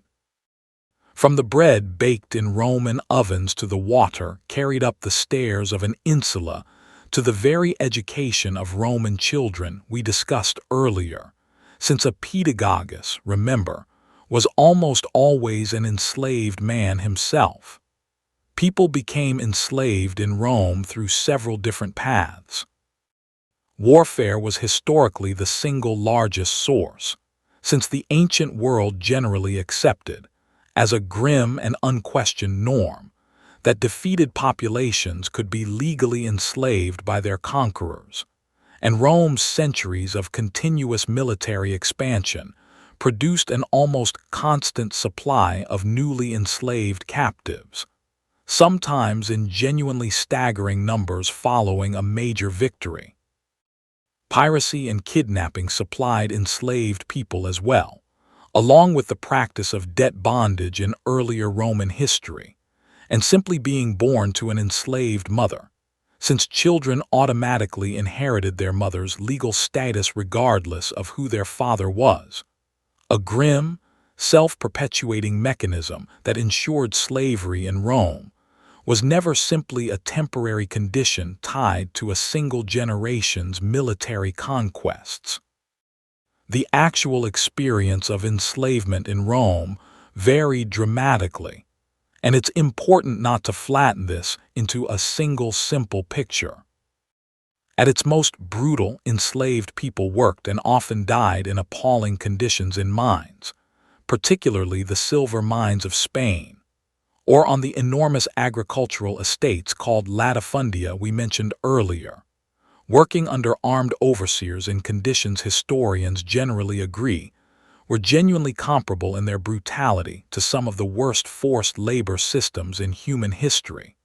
with punishingly high mortality rates and essentially no meaningful legal protection against physical abuse. Since Roman law treated enslaved people fundamentally as property rather than as legal persons with rights, meaning a master's power over an enslaved person's body was, for most of Roman history, essentially unlimited. At the same time, and this is genuinely important to understand about how Roman slavery actually functioned, enslaved people working within Roman households, particularly wealthy urban households, often occupied roles requiring genuine skill, education, and a level of daily trust that could look, from a certain narrow angle, almost unrecognizable compared to the brutal agricultural or mining conditions we just described. Highly educated enslaved people, particularly Greeks captured during Rome's eastern conquests, worked as tutors, secretaries, physicians, and household managers, sometimes wielding genuine practical influence and living in reasonably comfortable material conditions, even while remaining always entirely without legal freedom and completely subject to their owner's absolute authority, which could still include physical punishment, forced separation from family members through sale, and sexual exploitation, none of which required any special justification under Roman law. This is a genuinely difficult contradiction to sit with honestly, and it's worth resisting the urge to resolve it into a simpler story than it actually was. A single wealthy Roman household might contain an enslaved tutor treated with real personal warmth and given considerable responsibility over the family's children, alongside enslaved agricultural laborers on the family's country, estate living in conditions of genuine brutal hardship. And both of these people remained, in the eyes of Roman law, exactly the same category of property, with no formal legal distinction in their fundamental status, regardless of how differently their daily lives actually looked. Manumission, the formal legal freeing of an enslaved person, was genuinely more common in Rome than in many other slave-holding societies throughout history, and it's an important part of understanding how Roman society actually functioned. A master might free a loyal enslaved person as a reward for years of service, sometimes specified in advance as a condition the enslaved person could work toward, or might free enslaved people in his will upon his own death. A freed person, called a libertus if male or liberta if female, gained Roman citizenship upon manumission in most circumstances, though a former master retained certain ongoing claims on a freed person's loyalty and assistance for the rest of that freed person's life. A continuation of something resembling the patron-client relationship we discussed earlier, extended now to the specific relationship between a former master and his former slave. Some freed people achieved genuinely remarkable success in Roman society. The father of the poet Horace, one of Rome's greatest literary figures, had himself been born enslaved before eventually gaining his freedom, working hard enough afterward as a minor tax official to save sufficient money to give his son an excellent education in Rome and eventually Athens, an education that would have been entirely unavailable to a boy born enslaved. Freed people also became prominent, occasionally quite wealthy, merchants and businessmen, since Roman social prejudice, while genuinely real and persistent against those of servile origin, particularly around access to the highest political offices, which generally remained closed to freed people themselves, though not to their free-born sons, did not prevent economic advancement in the way it might have in some other historical societies. It's also worth remembering, honestly, that Rome experienced serious, large-scale slave uprisings throughout its history, the most famous being the rebellion led by Spartacus, an enslaved gladiator, beginning in 73 years before Christ, which grew into an army of, according to ancient sources, as many as tens of thousands of enslaved people, and which took the Roman state roughly 2 years and multiple full legions to finally suppress. The uprising ultimately failed, and its brutal aftermath, in which the Roman general Crassus reportedly crucified thousands of captured rebels along the roadside of the Appian Way, as a deliberate and horrifying public warning, tells us a great deal about just how seriously the Roman state took the underlying threat that a slave-dependent economy of this scale genuinely represented to its own stability,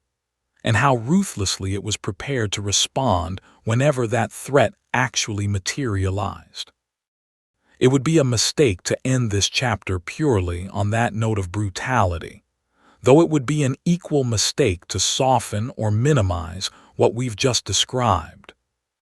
The honest truth is that Roman daily life, in nearly every dimension we've explored tonight, the bread on the table, the water carried up the stairs, the education of children, the comfort of the baths, depended directly and constantly on the labor of enslaved people who received no wages, no legal personhood, and no guaranteed protection from abuse. And any full understanding of how ordinary Roman life actually functioned has to hold that uncomfortable reality clearly in view. Alongside everything else we've discussed about the warmth, ingenuity, and genuine humanity of Roman society, let's move now towards something lighter, though still deeply revealing about Roman values and Roman society: the extraordinary public entertainments the Romans built for themselves, and what watching them can tell us about how Romans actually understood the relationship between violence, spectacle, and public life. The circus, the arena, and the Roman love of spectacle. If you had asked an ordinary Roman what the single most exciting day of their entire year might be, there's a genuine chance the answer would have involved chariot racing, rather than anything happening in the Colosseum at all. The Circus Maximus, Rome's enormous chariot racing stadium nestled in the valley between the Palatine and Aventine hills, could reportedly hold somewhere around 150,000 spectators at its largest extent, a genuinely staggering number that dwarfed the roughly 50,000 capacity of the famous Colosseum. And chariot racing itself was, by most accounts, the single most popular and most widely attended form of entertainment across the entire span of Roman history. Chariot teams competed under 4 color-coded factions: the Reds, Whites, Blues, and Greens, and Roman spectators followed these factions with a passion and loyalty genuinely comparable to modern sports fandom, complete with fierce rivalries, occasional violence between rival supporters, and star charioteers who achieved a level of public fame, and, for the successful ones, genuine wealth that rivaled or exceeded that of many senators. One particularly successful charioteer named Gaius Appuleius Diocles, who raced during the 2nd century, reportedly earned prize winnings over his long career equivalent, according to modern historical estimates, to an almost unimaginable fortune, illustrating just how much money and prestige could flow toward a genuinely talented and successful charioteer, despite the fact that charioteers themselves, like gladiators, generally occupied a socially ambiguous and often looked down upon position within formal Roman social hierarchy,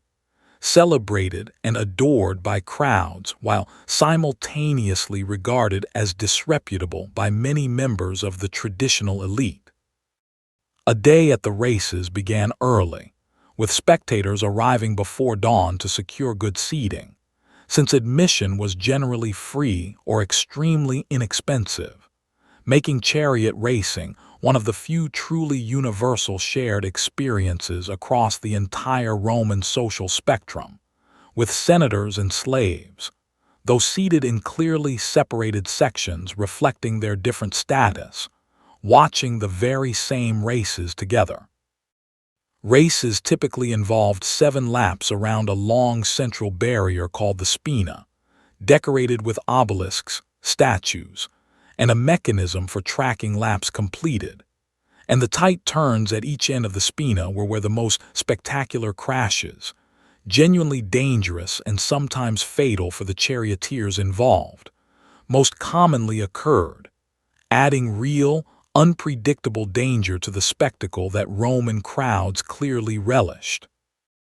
The gladiatorial games, held in amphitheaters like the Colosseum, completed in the year 80 under the Emperor Titus, occupy a much larger place in modern popular imagination, though it's worth understanding them with somewhat more historical nuance than popular culture usually provides. Gladiatorial combat originated, according to Roman tradition, from Etruscan funeral rituals, in which combat between captives or slaves was staged as a kind of blood sacrifice honoring a deceased nobleman, and this funerary origin remained genuinely present in Roman gladiatorial games, even as they evolved over centuries into an enormously popular, highly organized, and commercially significant form of public entertainment, largely disconnected from their original religious purpose. Gladiators themselves came from several different backgrounds, most commonly enslaved people or condemned criminals sentenced specifically to gladiatorial training as a form of punishment, though a smaller number of free men, and even occasionally free women in rarer instances, voluntarily became gladiators as well, drawn by the possibility of fame and financial reward despite the genuine danger and the significant social stigma attached to the profession under Roman law. Gladiators trained intensively in specialized schools called ludi, under professional trainers, and were organized into distinct fighting categories based on their equipment and fighting style. A heavily armored murmillo carrying a large shield and short sword, for example, might be matched against a more lightly armored, more mobile retiarius fighting with a net and trident, a combination deliberately chosen to create an interesting and unpredictable contrast of styles for the watching crowd. It's genuinely important to correct a common popular misconception here. Contrary to the impression given by many modern films, gladiatorial fights to the death were not actually the standard, default outcome of every match. Gladiators represented a significant financial investment for their owners,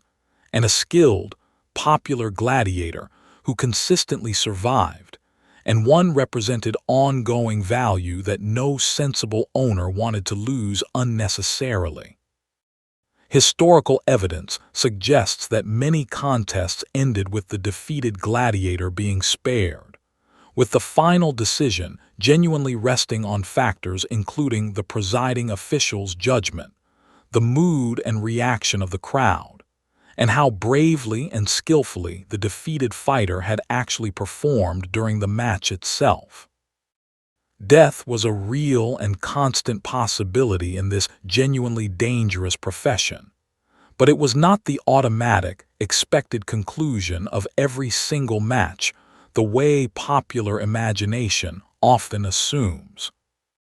The amphitheater also hosted other forms of spectacle beyond one-on-one gladiatorial combat, including elaborate staged animal hunts called venations,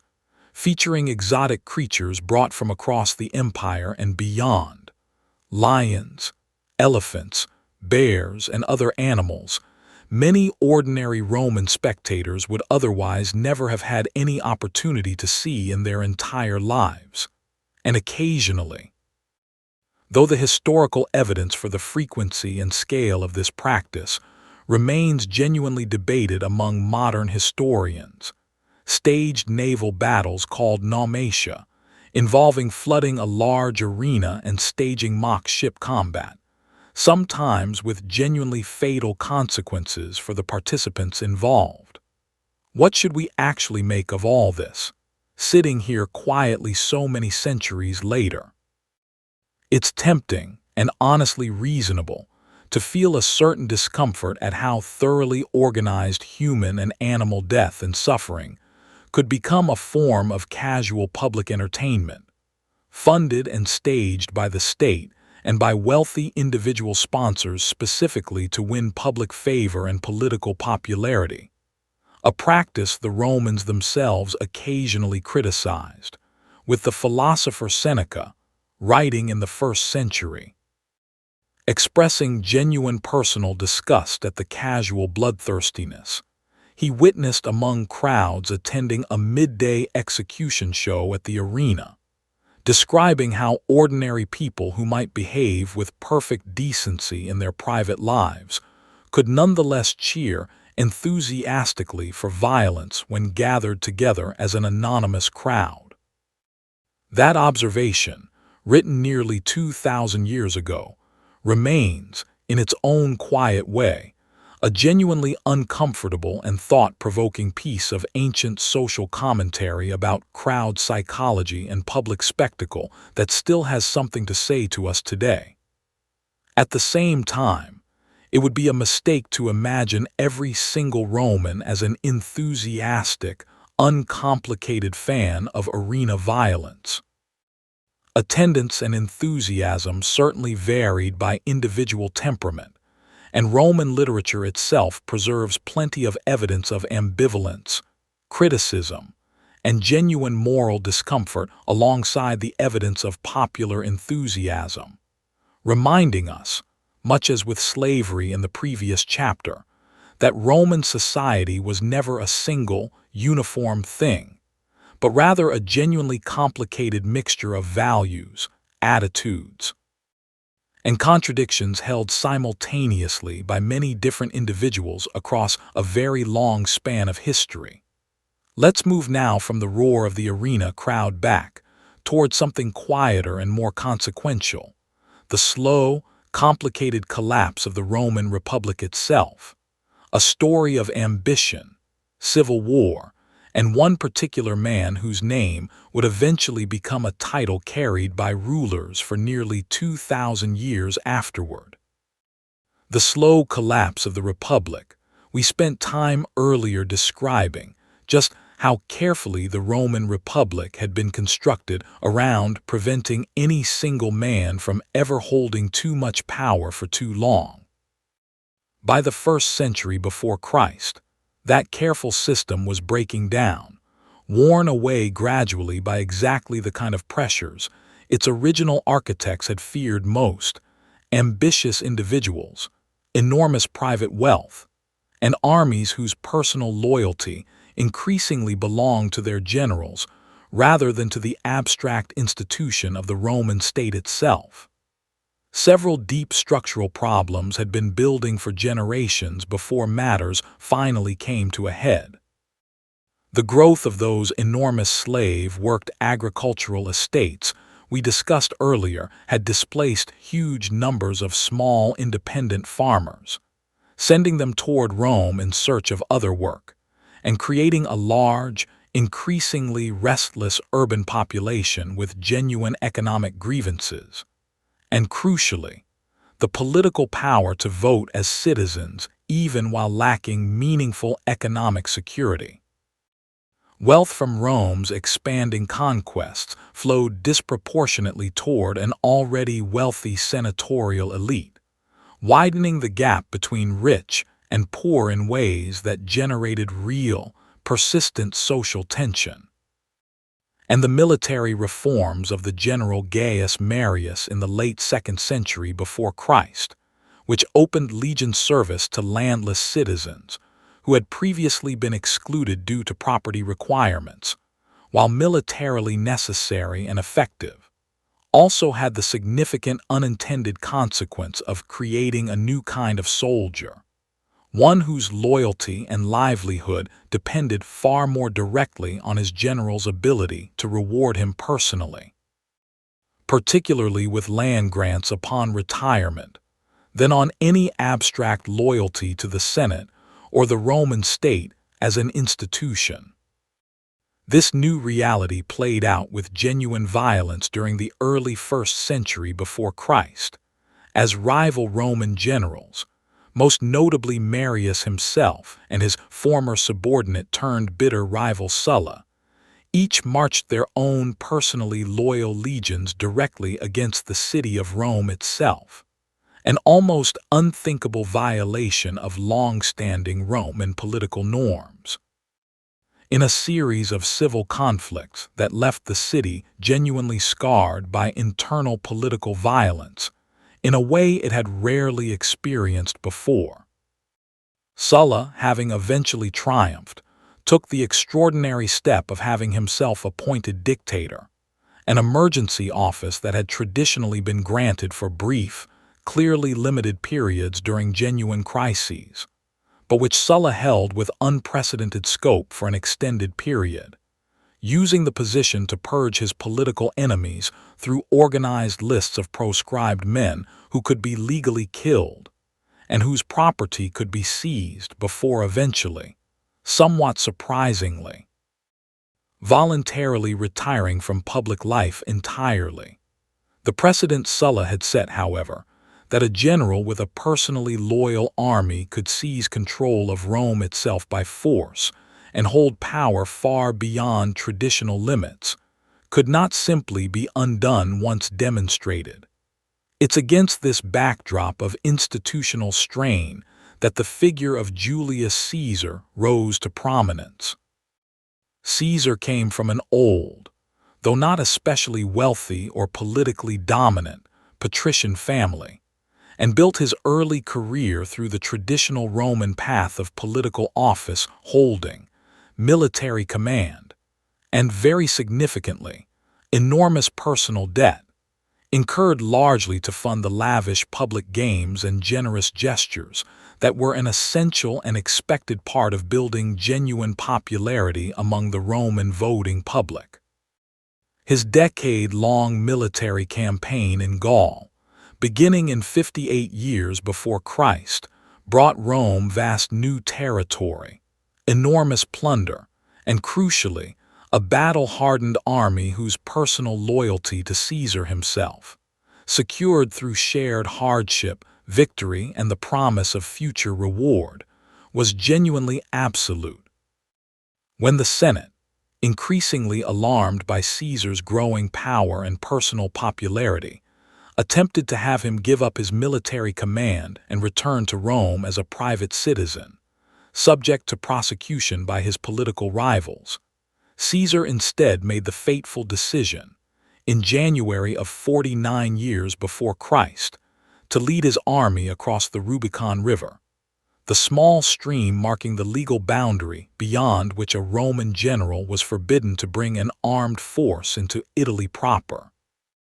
An act of open, unmistakable civil war against the Roman state itself. The phrase Caesar reportedly spoke at this moment, "The die is cast," has echoed through history ever since as shorthand for any irreversible, fateful decision, and the crossing itself has given us the enduring modern phrase, "crossing the Rubicon," to describe exactly this kind of point of no return. The ensuing civil war against his rival Pompey and the forces of the traditional Senate concluded in Caesar's decisive victory, and by 44 years before Christ, Caesar held power in Rome that, while carefully dressed in traditional republican titles and forms, was in practical reality closer to that of an absolute monarch than anything Rome had experienced since the expulsion of its kings nearly 5 centuries earlier. He had himself appointed dictator for life, an unprecedented and deeply alarming departure from the traditional limited, temporary nature of that emergency office, and he pursued a genuinely ambitious program of reforms, including a significant reform of the calendar itself, introducing the Julian calendar whose basic structure, with only minor later adjustment under Pope Gregory many centuries afterward, remains essentially the calendar the world uses today. A genuinely remarkable and lasting practical legacy from a man remembered primarily for war and politics. Caesar's growing personal power, however, alarmed a significant faction within the Senate who saw in him the return of exactly the kind of unaccountable, tyrannical one-man rule the Republic's founders had built their entire system specifically to prevent. On the Ides of March, the 15th day of March in the year 44 before Christ, a group of senators, including men Caesar had personally treated with considerable trust and generosity, most famously Marcus Junius Brutus, stabbed Caesar to death during a Senate meeting, believing, apparently with genuine sincerity, that removing this single man would restore the traditional balance of the Republic. It did not. Rather than restoring stability, Caesar's assassination triggered another round of devastating civil war,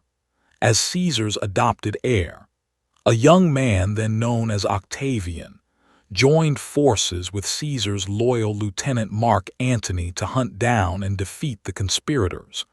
before the two former allies eventually turned against each other in a final struggle for supreme power. That final conflict, complicated by Antony's famous personal and political alliance with the Egyptian queen Cleopatra, concluded decisively at the naval battle of Actium in 31 years before Christ, where Octavian's forces defeated the combined fleet of Antony and Cleopatra, leading to their subsequent suicides in Egypt the following year, and leaving Octavian as the unchallenged master of the entire Roman world. The Republic, in any meaningful practical sense, had ended.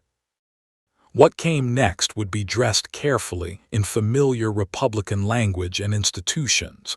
but the underlying reality of Roman government had fundamentally and permanently changed. Let's step into that new reality now and meet the man the Romans would eventually simply call Augustus. Augustus and the peace of the Empire Octavian understood something genuinely important that Julius Caesar, his adoptive father, had perhaps understood less well, or had simply run out of time to fully act upon. Rome, exhausted after a full century of intermittent civil war, wanted stability and peace far more than it wanted the preservation of republican forms for their own sake. But that same exhausted Rome remained genuinely suspicious of anything that looked too openly like a return to monarchy, given its ancient, deeply embedded cultural memory of the tyrannical kings it had thrown out 5 centuries earlier. So rather than declaring himself king or emperor in any explicit, formal sense, Octavian, having secured absolute practical control over the Roman state following his victory at Actium, engaged in a genuinely masterful, carefully managed political performance. In 27 years before Christ, he formally offered to return full power to the Senate and the Roman people, a gesture the Senate, thoroughly cooperative by this point, promptly and predictably declined, instead granting him a series of special powers, honors, and the new name Augustus, meaning roughly, the revered one, a title carrying deep religious and moral connotation rather than an explicit claim to kingship. He retained the traditional republican title of princeps, meaning simply first citizen, a term deliberately chosen for its modesty, even while holding, in genuine practical reality, complete and unchallenged control over the army, the treasury, and virtually every significant lever of Roman political power. This careful arrangement, technically preserving the Senate, the consulship, and other traditional republican institutions, while placing genuine ultimate authority firmly and permanently in the hands of a single individual, is what modern historians call the Roman Principate, the first phase of what we now generally refer to simply as the Roman Empire. Augustus would go on to rule, remarkably, for over 4 decades, until his death in the year 14, and that extraordinarily long, stable reign, following an entire century of intermittent civil war, gave Rome something it had not genuinely experienced in generations: sustained internal peace, and it's genuinely difficult to overstate how much ordinary Romans across the empire valued that peace after so many decades of political violence and uncertainty. What did Augustus's long reign actually mean for the daily life we've spent so much of tonight exploring? A great deal, as it turns out. Augustus initiated an enormous, genuinely transformative program of public building throughout Rome, reportedly boasting, according to the later historian Suetonius, that he had found Rome a city of brick and left it a city of marble. And while this was certainly something of a rhetorical exaggeration, the underlying substance was real, with new temples, theaters, aqueducts, and public spaces genuinely reshaping the physical experience of living in the capital city during his reign. He also undertook administrative reforms that touched the empire's provinces directly, working to reduce the kind of corrupt, exploitative provincial governance that had been a genuine and serious problem during the final chaotic decades of the Republic, when provincial governors had often treated their assigned territories primarily as personal opportunities for enrichment with minimal effective oversight from Rome. Augustus also worked deliberately to encourage a return to what he considered traditional Roman moral and religious values, passing legislation encouraging marriage and childbearing among the Roman elite, imposing penalties on adultery, an area of law previously handled more privately within individual families, and actively promoting religious revival and the restoration of temples and traditional public rituals that he believed had been neglected during the turmoil of the Civil War era. This moral legislation program met with mixed success and no small amount of private resistance,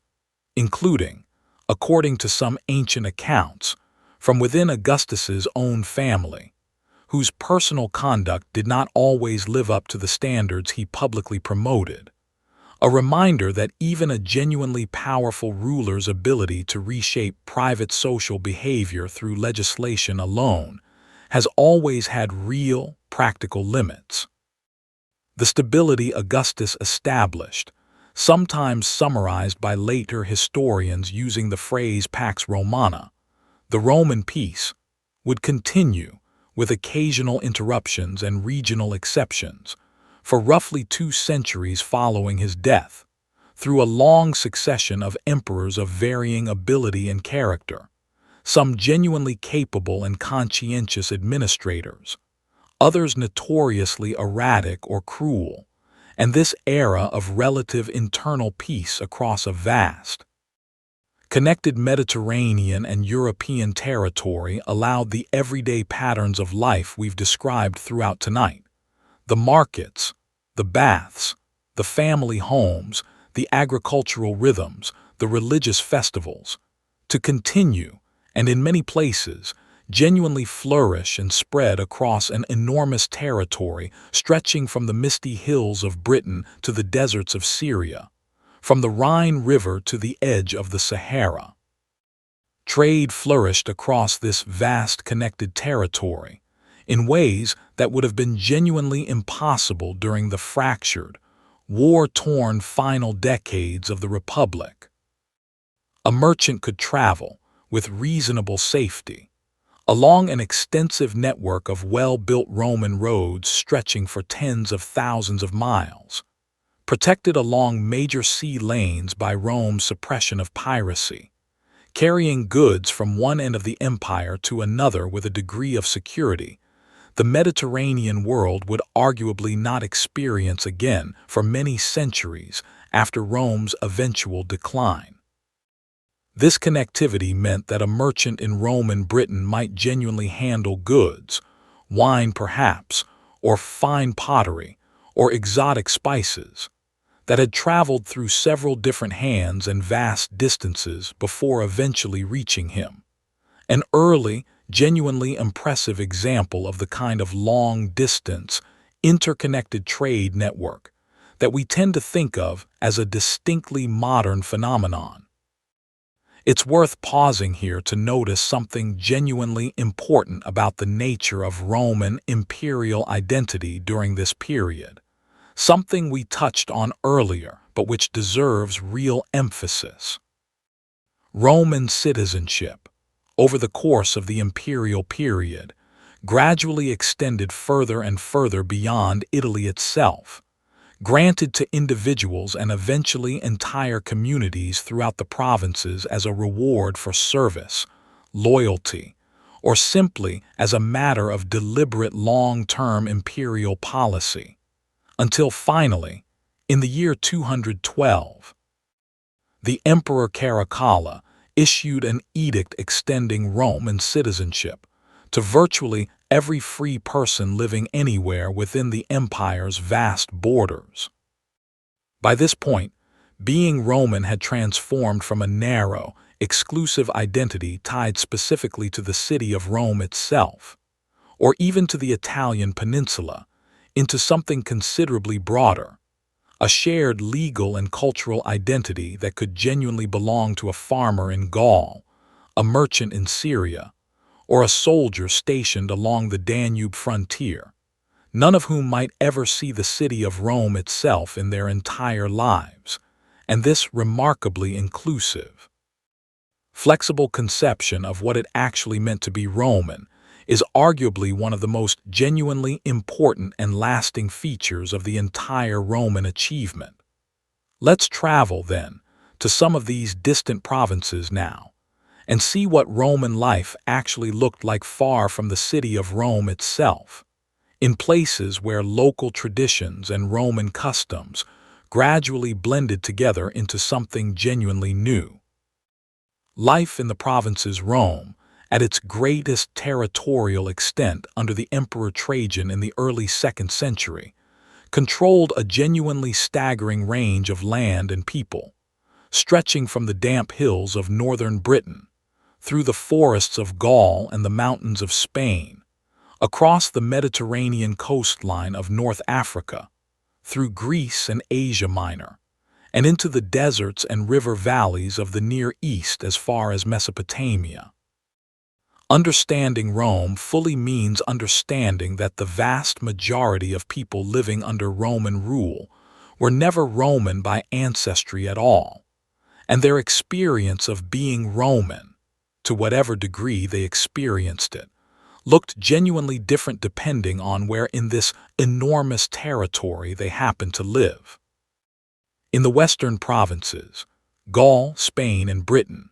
Roman rule generally arrived through military conquest followed by a long, gradual process modern historians often call Romanization, though that term itself has become somewhat contested among scholars, since it can wrongly suggest a simple one-way process of local populations passively absorbing Roman culture, rather than the messier,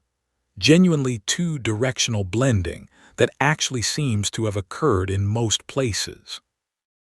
Local elites in these western provinces often adopted Roman dress, Roman building styles, and eventually the Latin language itself, partly out of genuine practical advantage, since fluency in Latin and familiarity with Roman law and custom opened doors to trade, legal protection, and eventually citizenship and political advancement, and partly, no doubt, out of simple prestige, since association with Roman power and culture carried real social status. Archaeological evidence from Roman Britain gives us a genuinely vivid picture of this blending in action. Excavated villas, country estates built in a recognizably Roman architectural style, complete with underfloor hypocaust heating and elaborate mosaic floors, appear across the British countryside, evidently built by increasingly wealthy and Romanized local landowners rather than exclusively by transplanted Roman settlers. At the same time, excavated shrines and religious sites throughout Britain show clear evidence of local Celtic deities being worshipped alongside,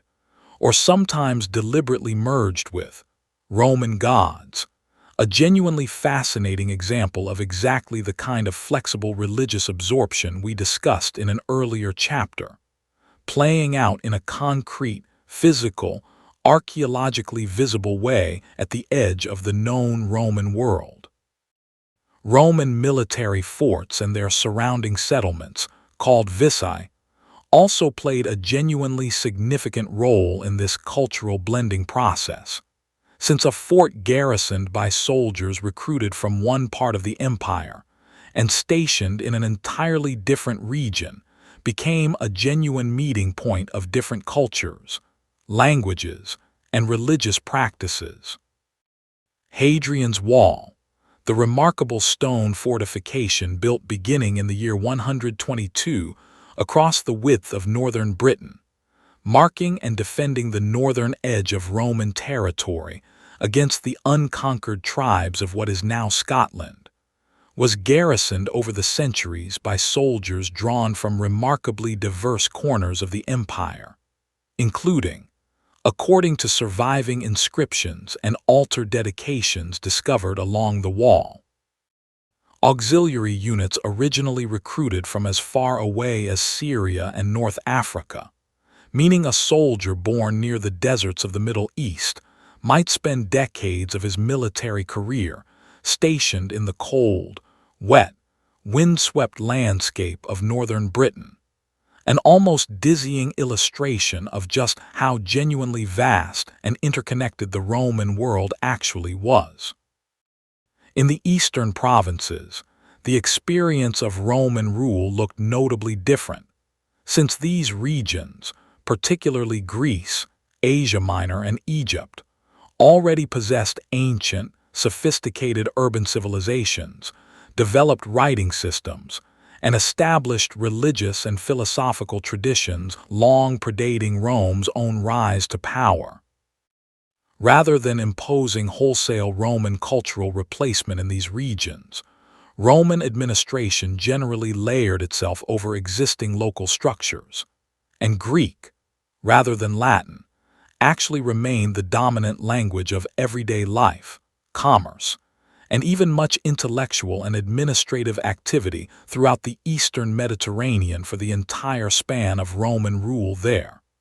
A genuinely important detail that complicates any simple picture of Rome as a purely Latin-speaking, culturally uniform empire. Egypt occupied a particularly unusual position within this broader imperial structure. Following Octavian's defeat of Cleopatra, Egypt became, in effect, the personal property of the emperor himself, rather than a province administered through the ordinary senatorial governance structure used elsewhere, largely because of Egypt's immense agricultural wealth and its critical importance as one of the primary sources of grain feeding the city of Rome itself.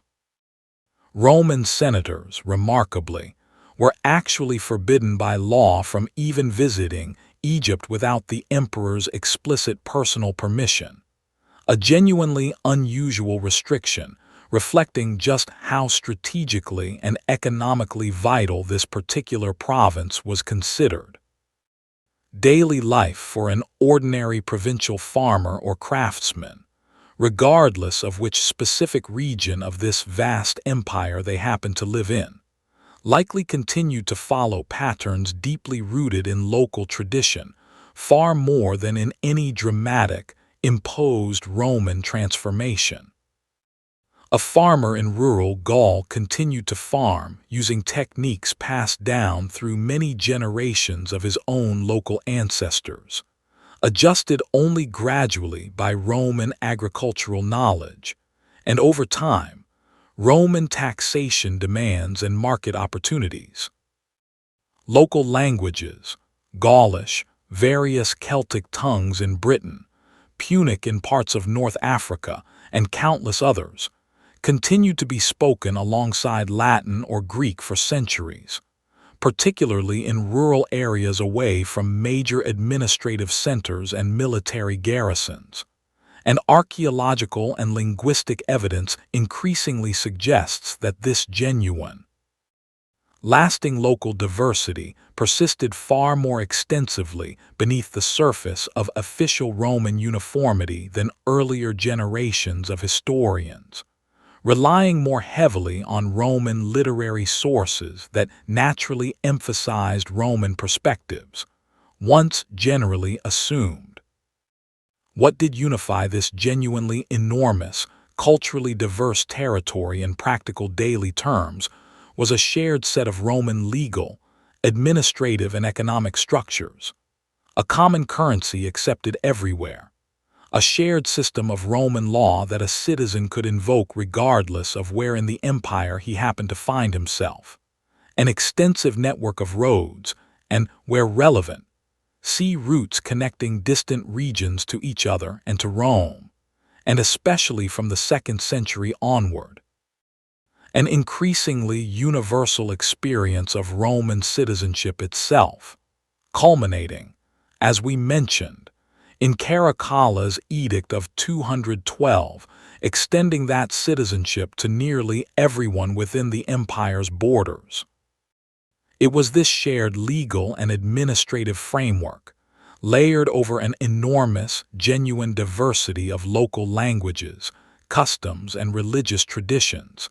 that actually held the Roman world together for so many centuries, far more than any single, uniform Roman culture ever fully imposed from the center. This peace and connectivity, remarkable as it was, would not last forever.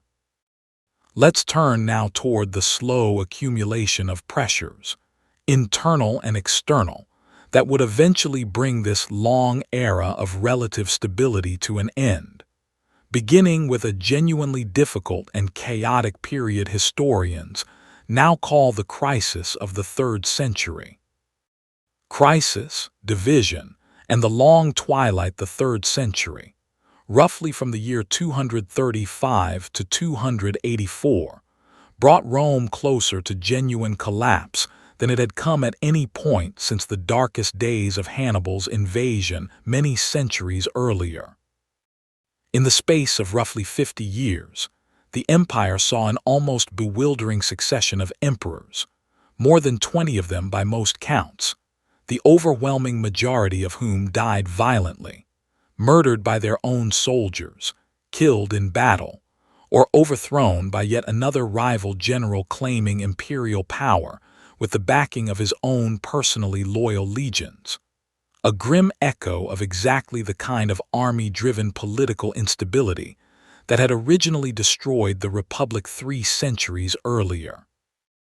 This political chaos was compounded by serious, sustained external military pressure along multiple frontiers simultaneously,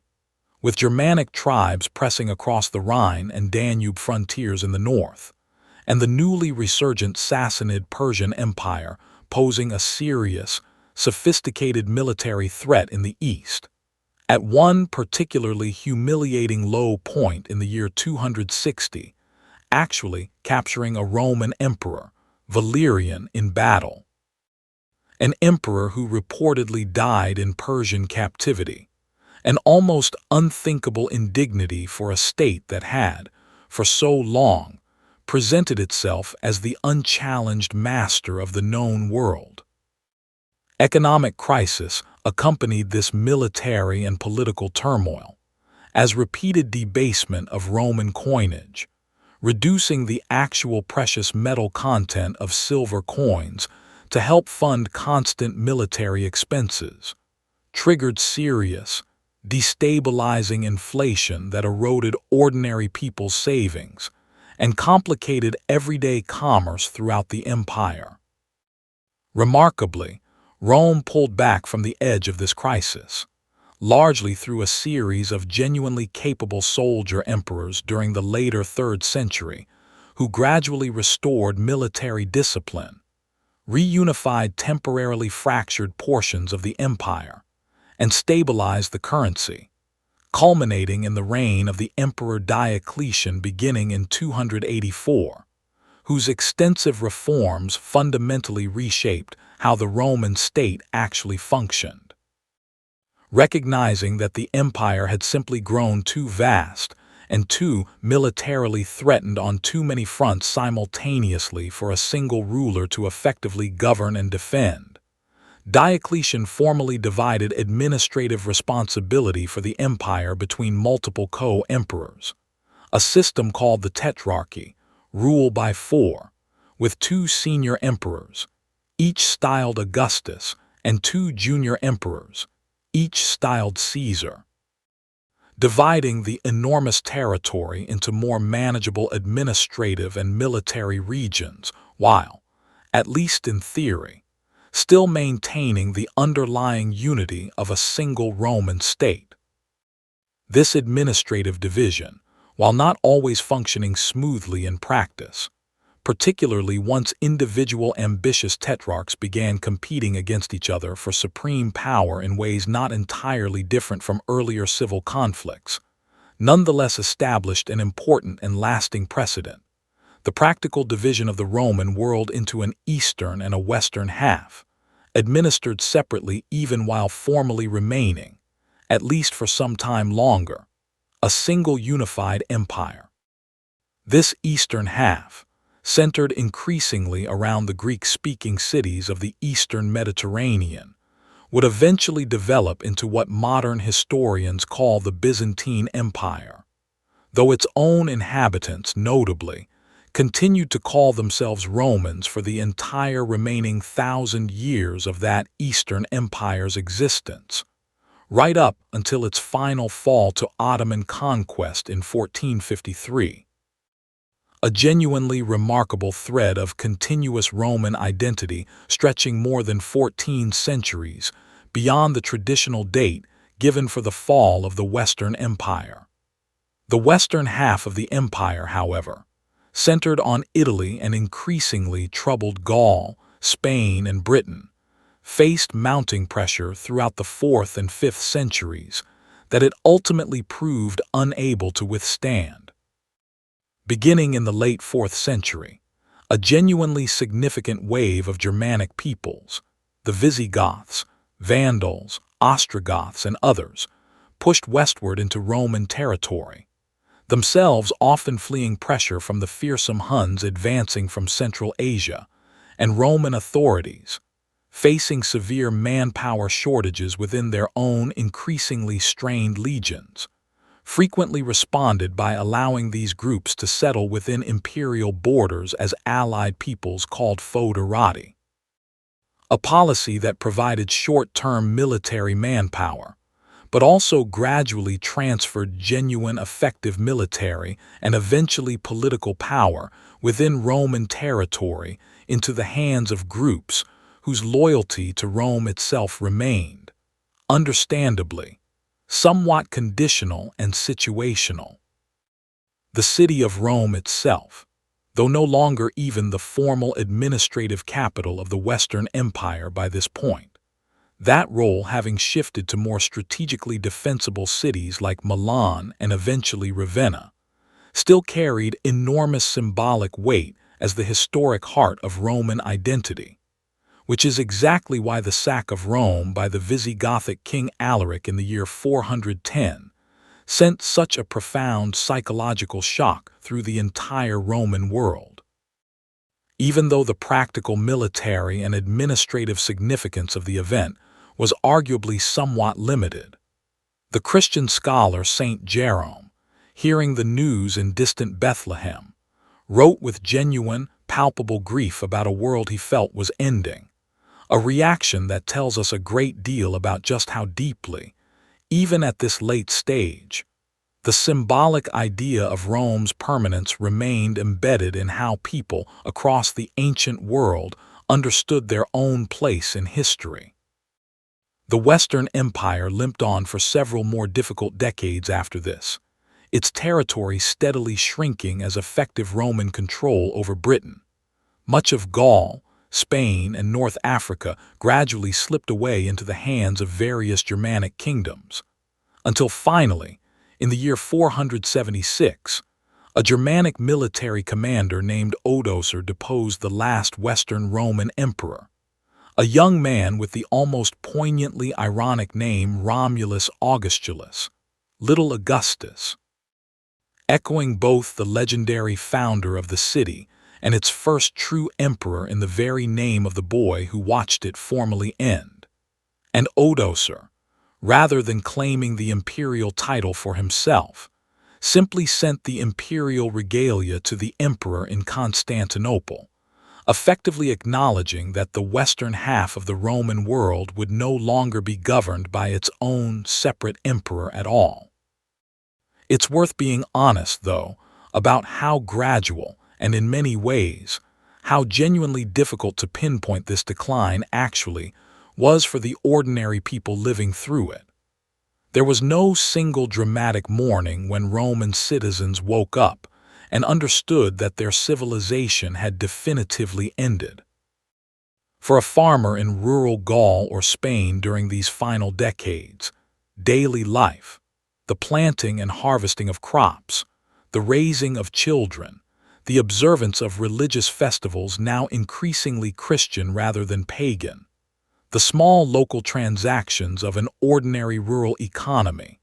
likely continued with far more continuity and far less dramatic disruption than the grand political history of collapsing emperors and invading armies might suggest. Even as the larger political and military framework that had once connected that farmer's daily life to a distant capital city and a shared Mediterranean-wide Roman identity gradually, unevenly, dissolved around him over the course of several difficult generations.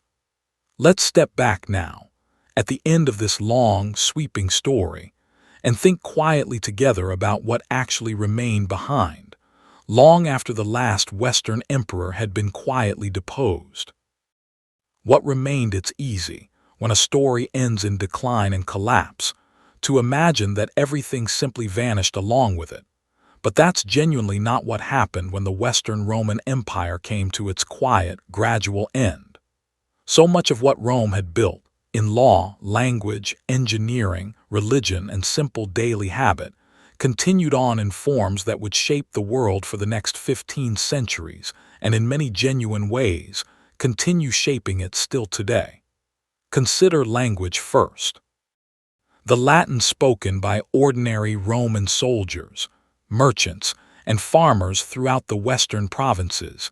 did not disappear when Roman political authority did. Instead, it gradually evolved, region by region, into the family of languages we now call the Romance languages: Italian, French, Spanish, Portuguese, Romanian, and others, each one a direct, living descendant of the everyday spoken Latin of Roman provincial life, carrying within its grammar and vocabulary a genuine, unbroken linguistic thread stretching back to the conversations of ordinary Roman citizens 2,000 years ago. Even English, though not itself a Romance language, absorbed an enormous number of Latin-derived words, particularly through the influence of Latin-speaking Christian scholarship and later through Norman French following the conquest of England in 1066, meaning that a huge portion of the vocabulary you're hearing in this very sentence traces its roots directly back to the Latin of ancient Rome. Roman law represents perhaps an even more direct and consequential legacy. The systematic legal principles developed and refined across Roman history, concepts like the presumption of innocence, the importance of written contracts, clearly defined categories of property and inheritance, were eventually compiled, particularly during the 6th century under the Eastern Roman Emperor Justinian, into a comprehensive legal code that would later be rediscovered and studied intensively by medieval European scholars, becoming a foundational influence on the legal systems of most of continental Europe, and, through complex historical pathways, on legal traditions across much of the rest of the world as well. When a modern court anywhere considers questions of contract, property, or civil procedure, it is very often, whether consciously or not, working within a conceptual framework that traces its deepest roots directly back to Roman legal thinking. Roman engineering and architecture left behind not just legacy, but genuinely functioning physical infrastructure in many places.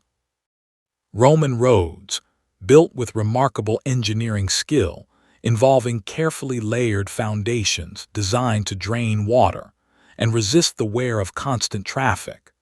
remained the primary transportation routes across large parts of Europe for many centuries after Roman political authority had vanished. Since building anything comparable required resources and organizational capacity that fragmented post-Roman kingdoms often simply couldn't match for a very long time. Roman aqueducts, bridges, and architectural techniques, particularly the sophisticated Roman use of concrete and the structural arch,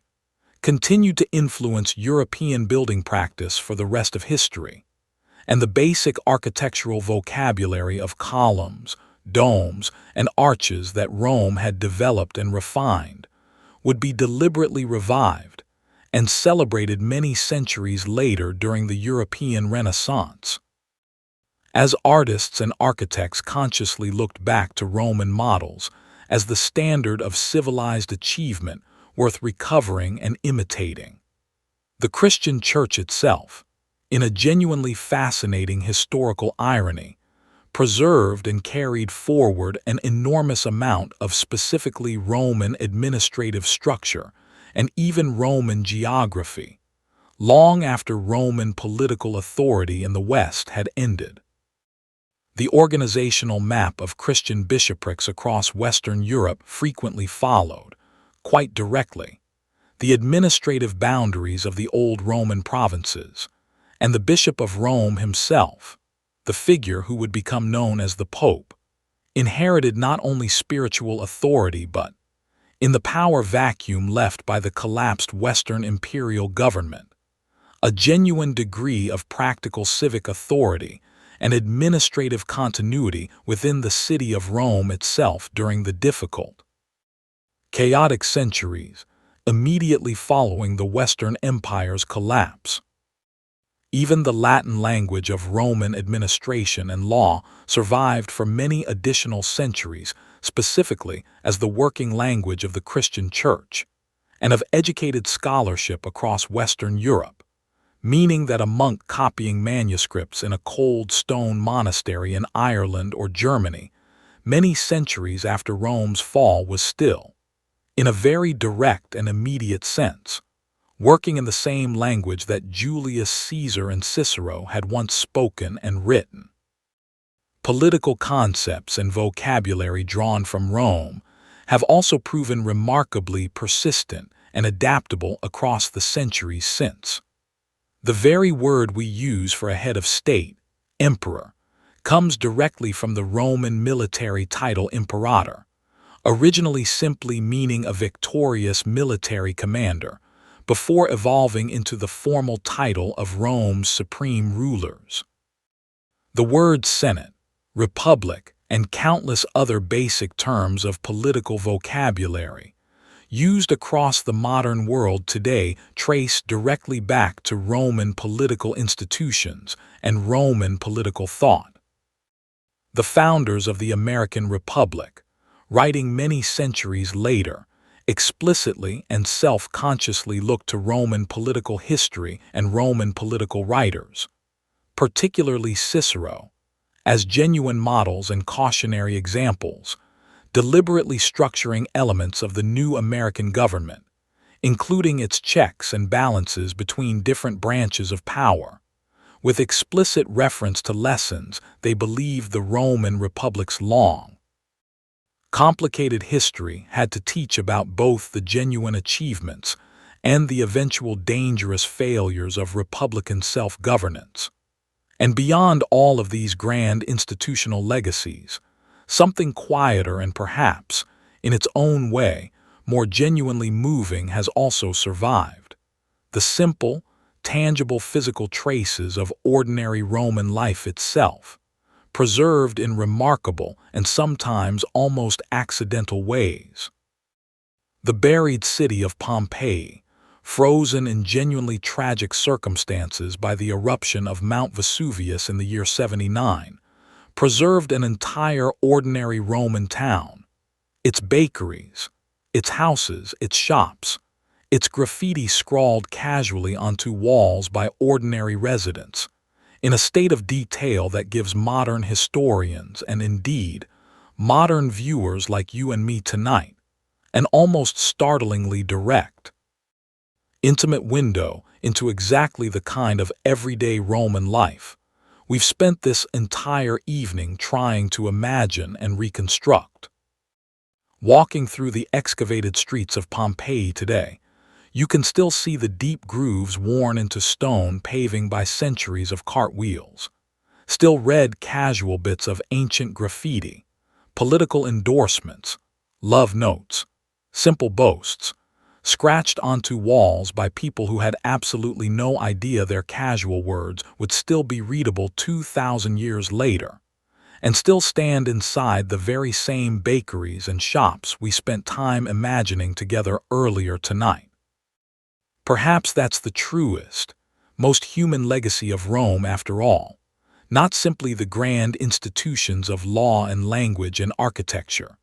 remarkable and genuinely important as those certainly are, but the simple, quiet reminder that ordinary human lives, full of work and worry and small daily pleasures, of family dinners and market gossip and children learning their letters and tired workers relaxing at the public baths, have been unfolding in essentially recognizable human patterns for a very, very long time, and that the people who lived those lives, however distant they may now seem to us, were never really so different from us after all. Let's bring this long evening's journey quietly to its close now. A quiet evening in Rome let's end, if you'll allow me, not with an empire but with a single evening. Picture a narrow street in Rome, somewhere in one of the crowded neighborhoods below the Aventine Hill, sometime in the 2nd century, during those long, relatively peaceful decades of the Pax Romana we spent time with earlier tonight. The sun has gone down some hours ago. Most of the shops along the street have closed their wooden shutters for the night, though a faint smell of the day's baking still lingers faintly around the closed door of the bakery on the corner. Somewhere above, on the 3rd floor of one of those tall, crowded insulae we talked about, a single small oil lamp burns low in a narrow window, its light flickering gently against the wooden shutter beside it. Inside that small room, a family is settling down for the night. The evening meal, simple bread and a bit of vegetable stew, has long since been finished and cleared away. The children, tired from a day spent helping with small household chores and playing with friends somewhere in the crowded street below, are already half asleep on their sleeping mats near the wall. Their mother sits a little longer by the lamp, finishing a small bit of mending on a tunic that will be needed again tomorrow, her needle moving slowly, unhurried, in the dim golden light. Somewhere outside, faint and distant,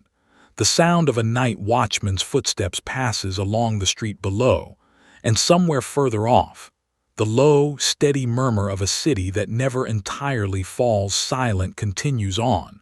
quieter now than during the busy daylight hours, but never completely still. This family knows nothing, of course, about the grand sweep of history we've spent this whole evening walking through together. They don't know the word republic will someday be studied by schoolchildren on a continent that hasn't yet been discovered by anyone in their world. They don't know their empire will eventually divide, or that the western half of it will one day, centuries from now, quietly come to an end. They don't know that the language they're speaking right now, this ordinary, unremarkable evening conversation between a tired mother and her half-asleep children, will one day evolve into languages spoken by hundreds of millions of people in places with names they've never heard. They know only this evening, this small room, this lamp slowly burning down, this ordinary, unremarkable, deeply human moment of a family finishing their day together and settling quietly towards sleep. And maybe that's really the heart of everything we've talked about tonight. Rome, for all its famous emperors and famous battles and famous buildings, was made in the end from millions and millions of evenings exactly like this one. Ordinary people, tired from ordinary work, finishing ordinary meals, tending small lamps against the darkness, wondering about ordinary things, tomorrow's weather, a child's cough, whether there would be enough bread until market day came around again. History remembers the emperors and the generals because their decisions left visible marks on the historical record. But history was actually lived, every single day, by people exactly like the family in that small room above the quiet Roman street. People whose names we will never know, whose specific faces and voices are lost to us forever, but whose basic human experience, tired at the end of a long day, glad for a bit of food and a bit of rest, quietly hopeful about tomorrow, remains something we can still recognize completely, even across 2,000 years of distance. The lamp in that small window burns a little lower now. The mother sets aside her mending at last, glances once more at her sleeping children and blows out the flame. Darkness settles gently over the room, and somewhere out along the quiet street below, the watchman's footsteps fade slowly into the distance, leaving only the soft, steady sound of a great, sleeping city, breathing quietly through another ordinary night. If tonight's journey through the long, winding history of Rome gave you something to think about, or if it simply helped you drift a little closer to sleep, I'm genuinely glad you spent this time with me. If you'd like to join me for another quiet evening like this one sometime, you're always welcome to subscribe, and I'd love to hear, whenever you have a moment, where in the world you were listening from tonight, what time it was for you when you heard this, and which part of Rome's long story stayed with you the most. The politics, the daily life, the wars, the ordinary families we spent time imagining together. I'm always curious which corner of this history speaks to different people in different ways. And if you're still awake, there's another quiet journey through the past waiting for you whenever you're ready for it. Sleep well.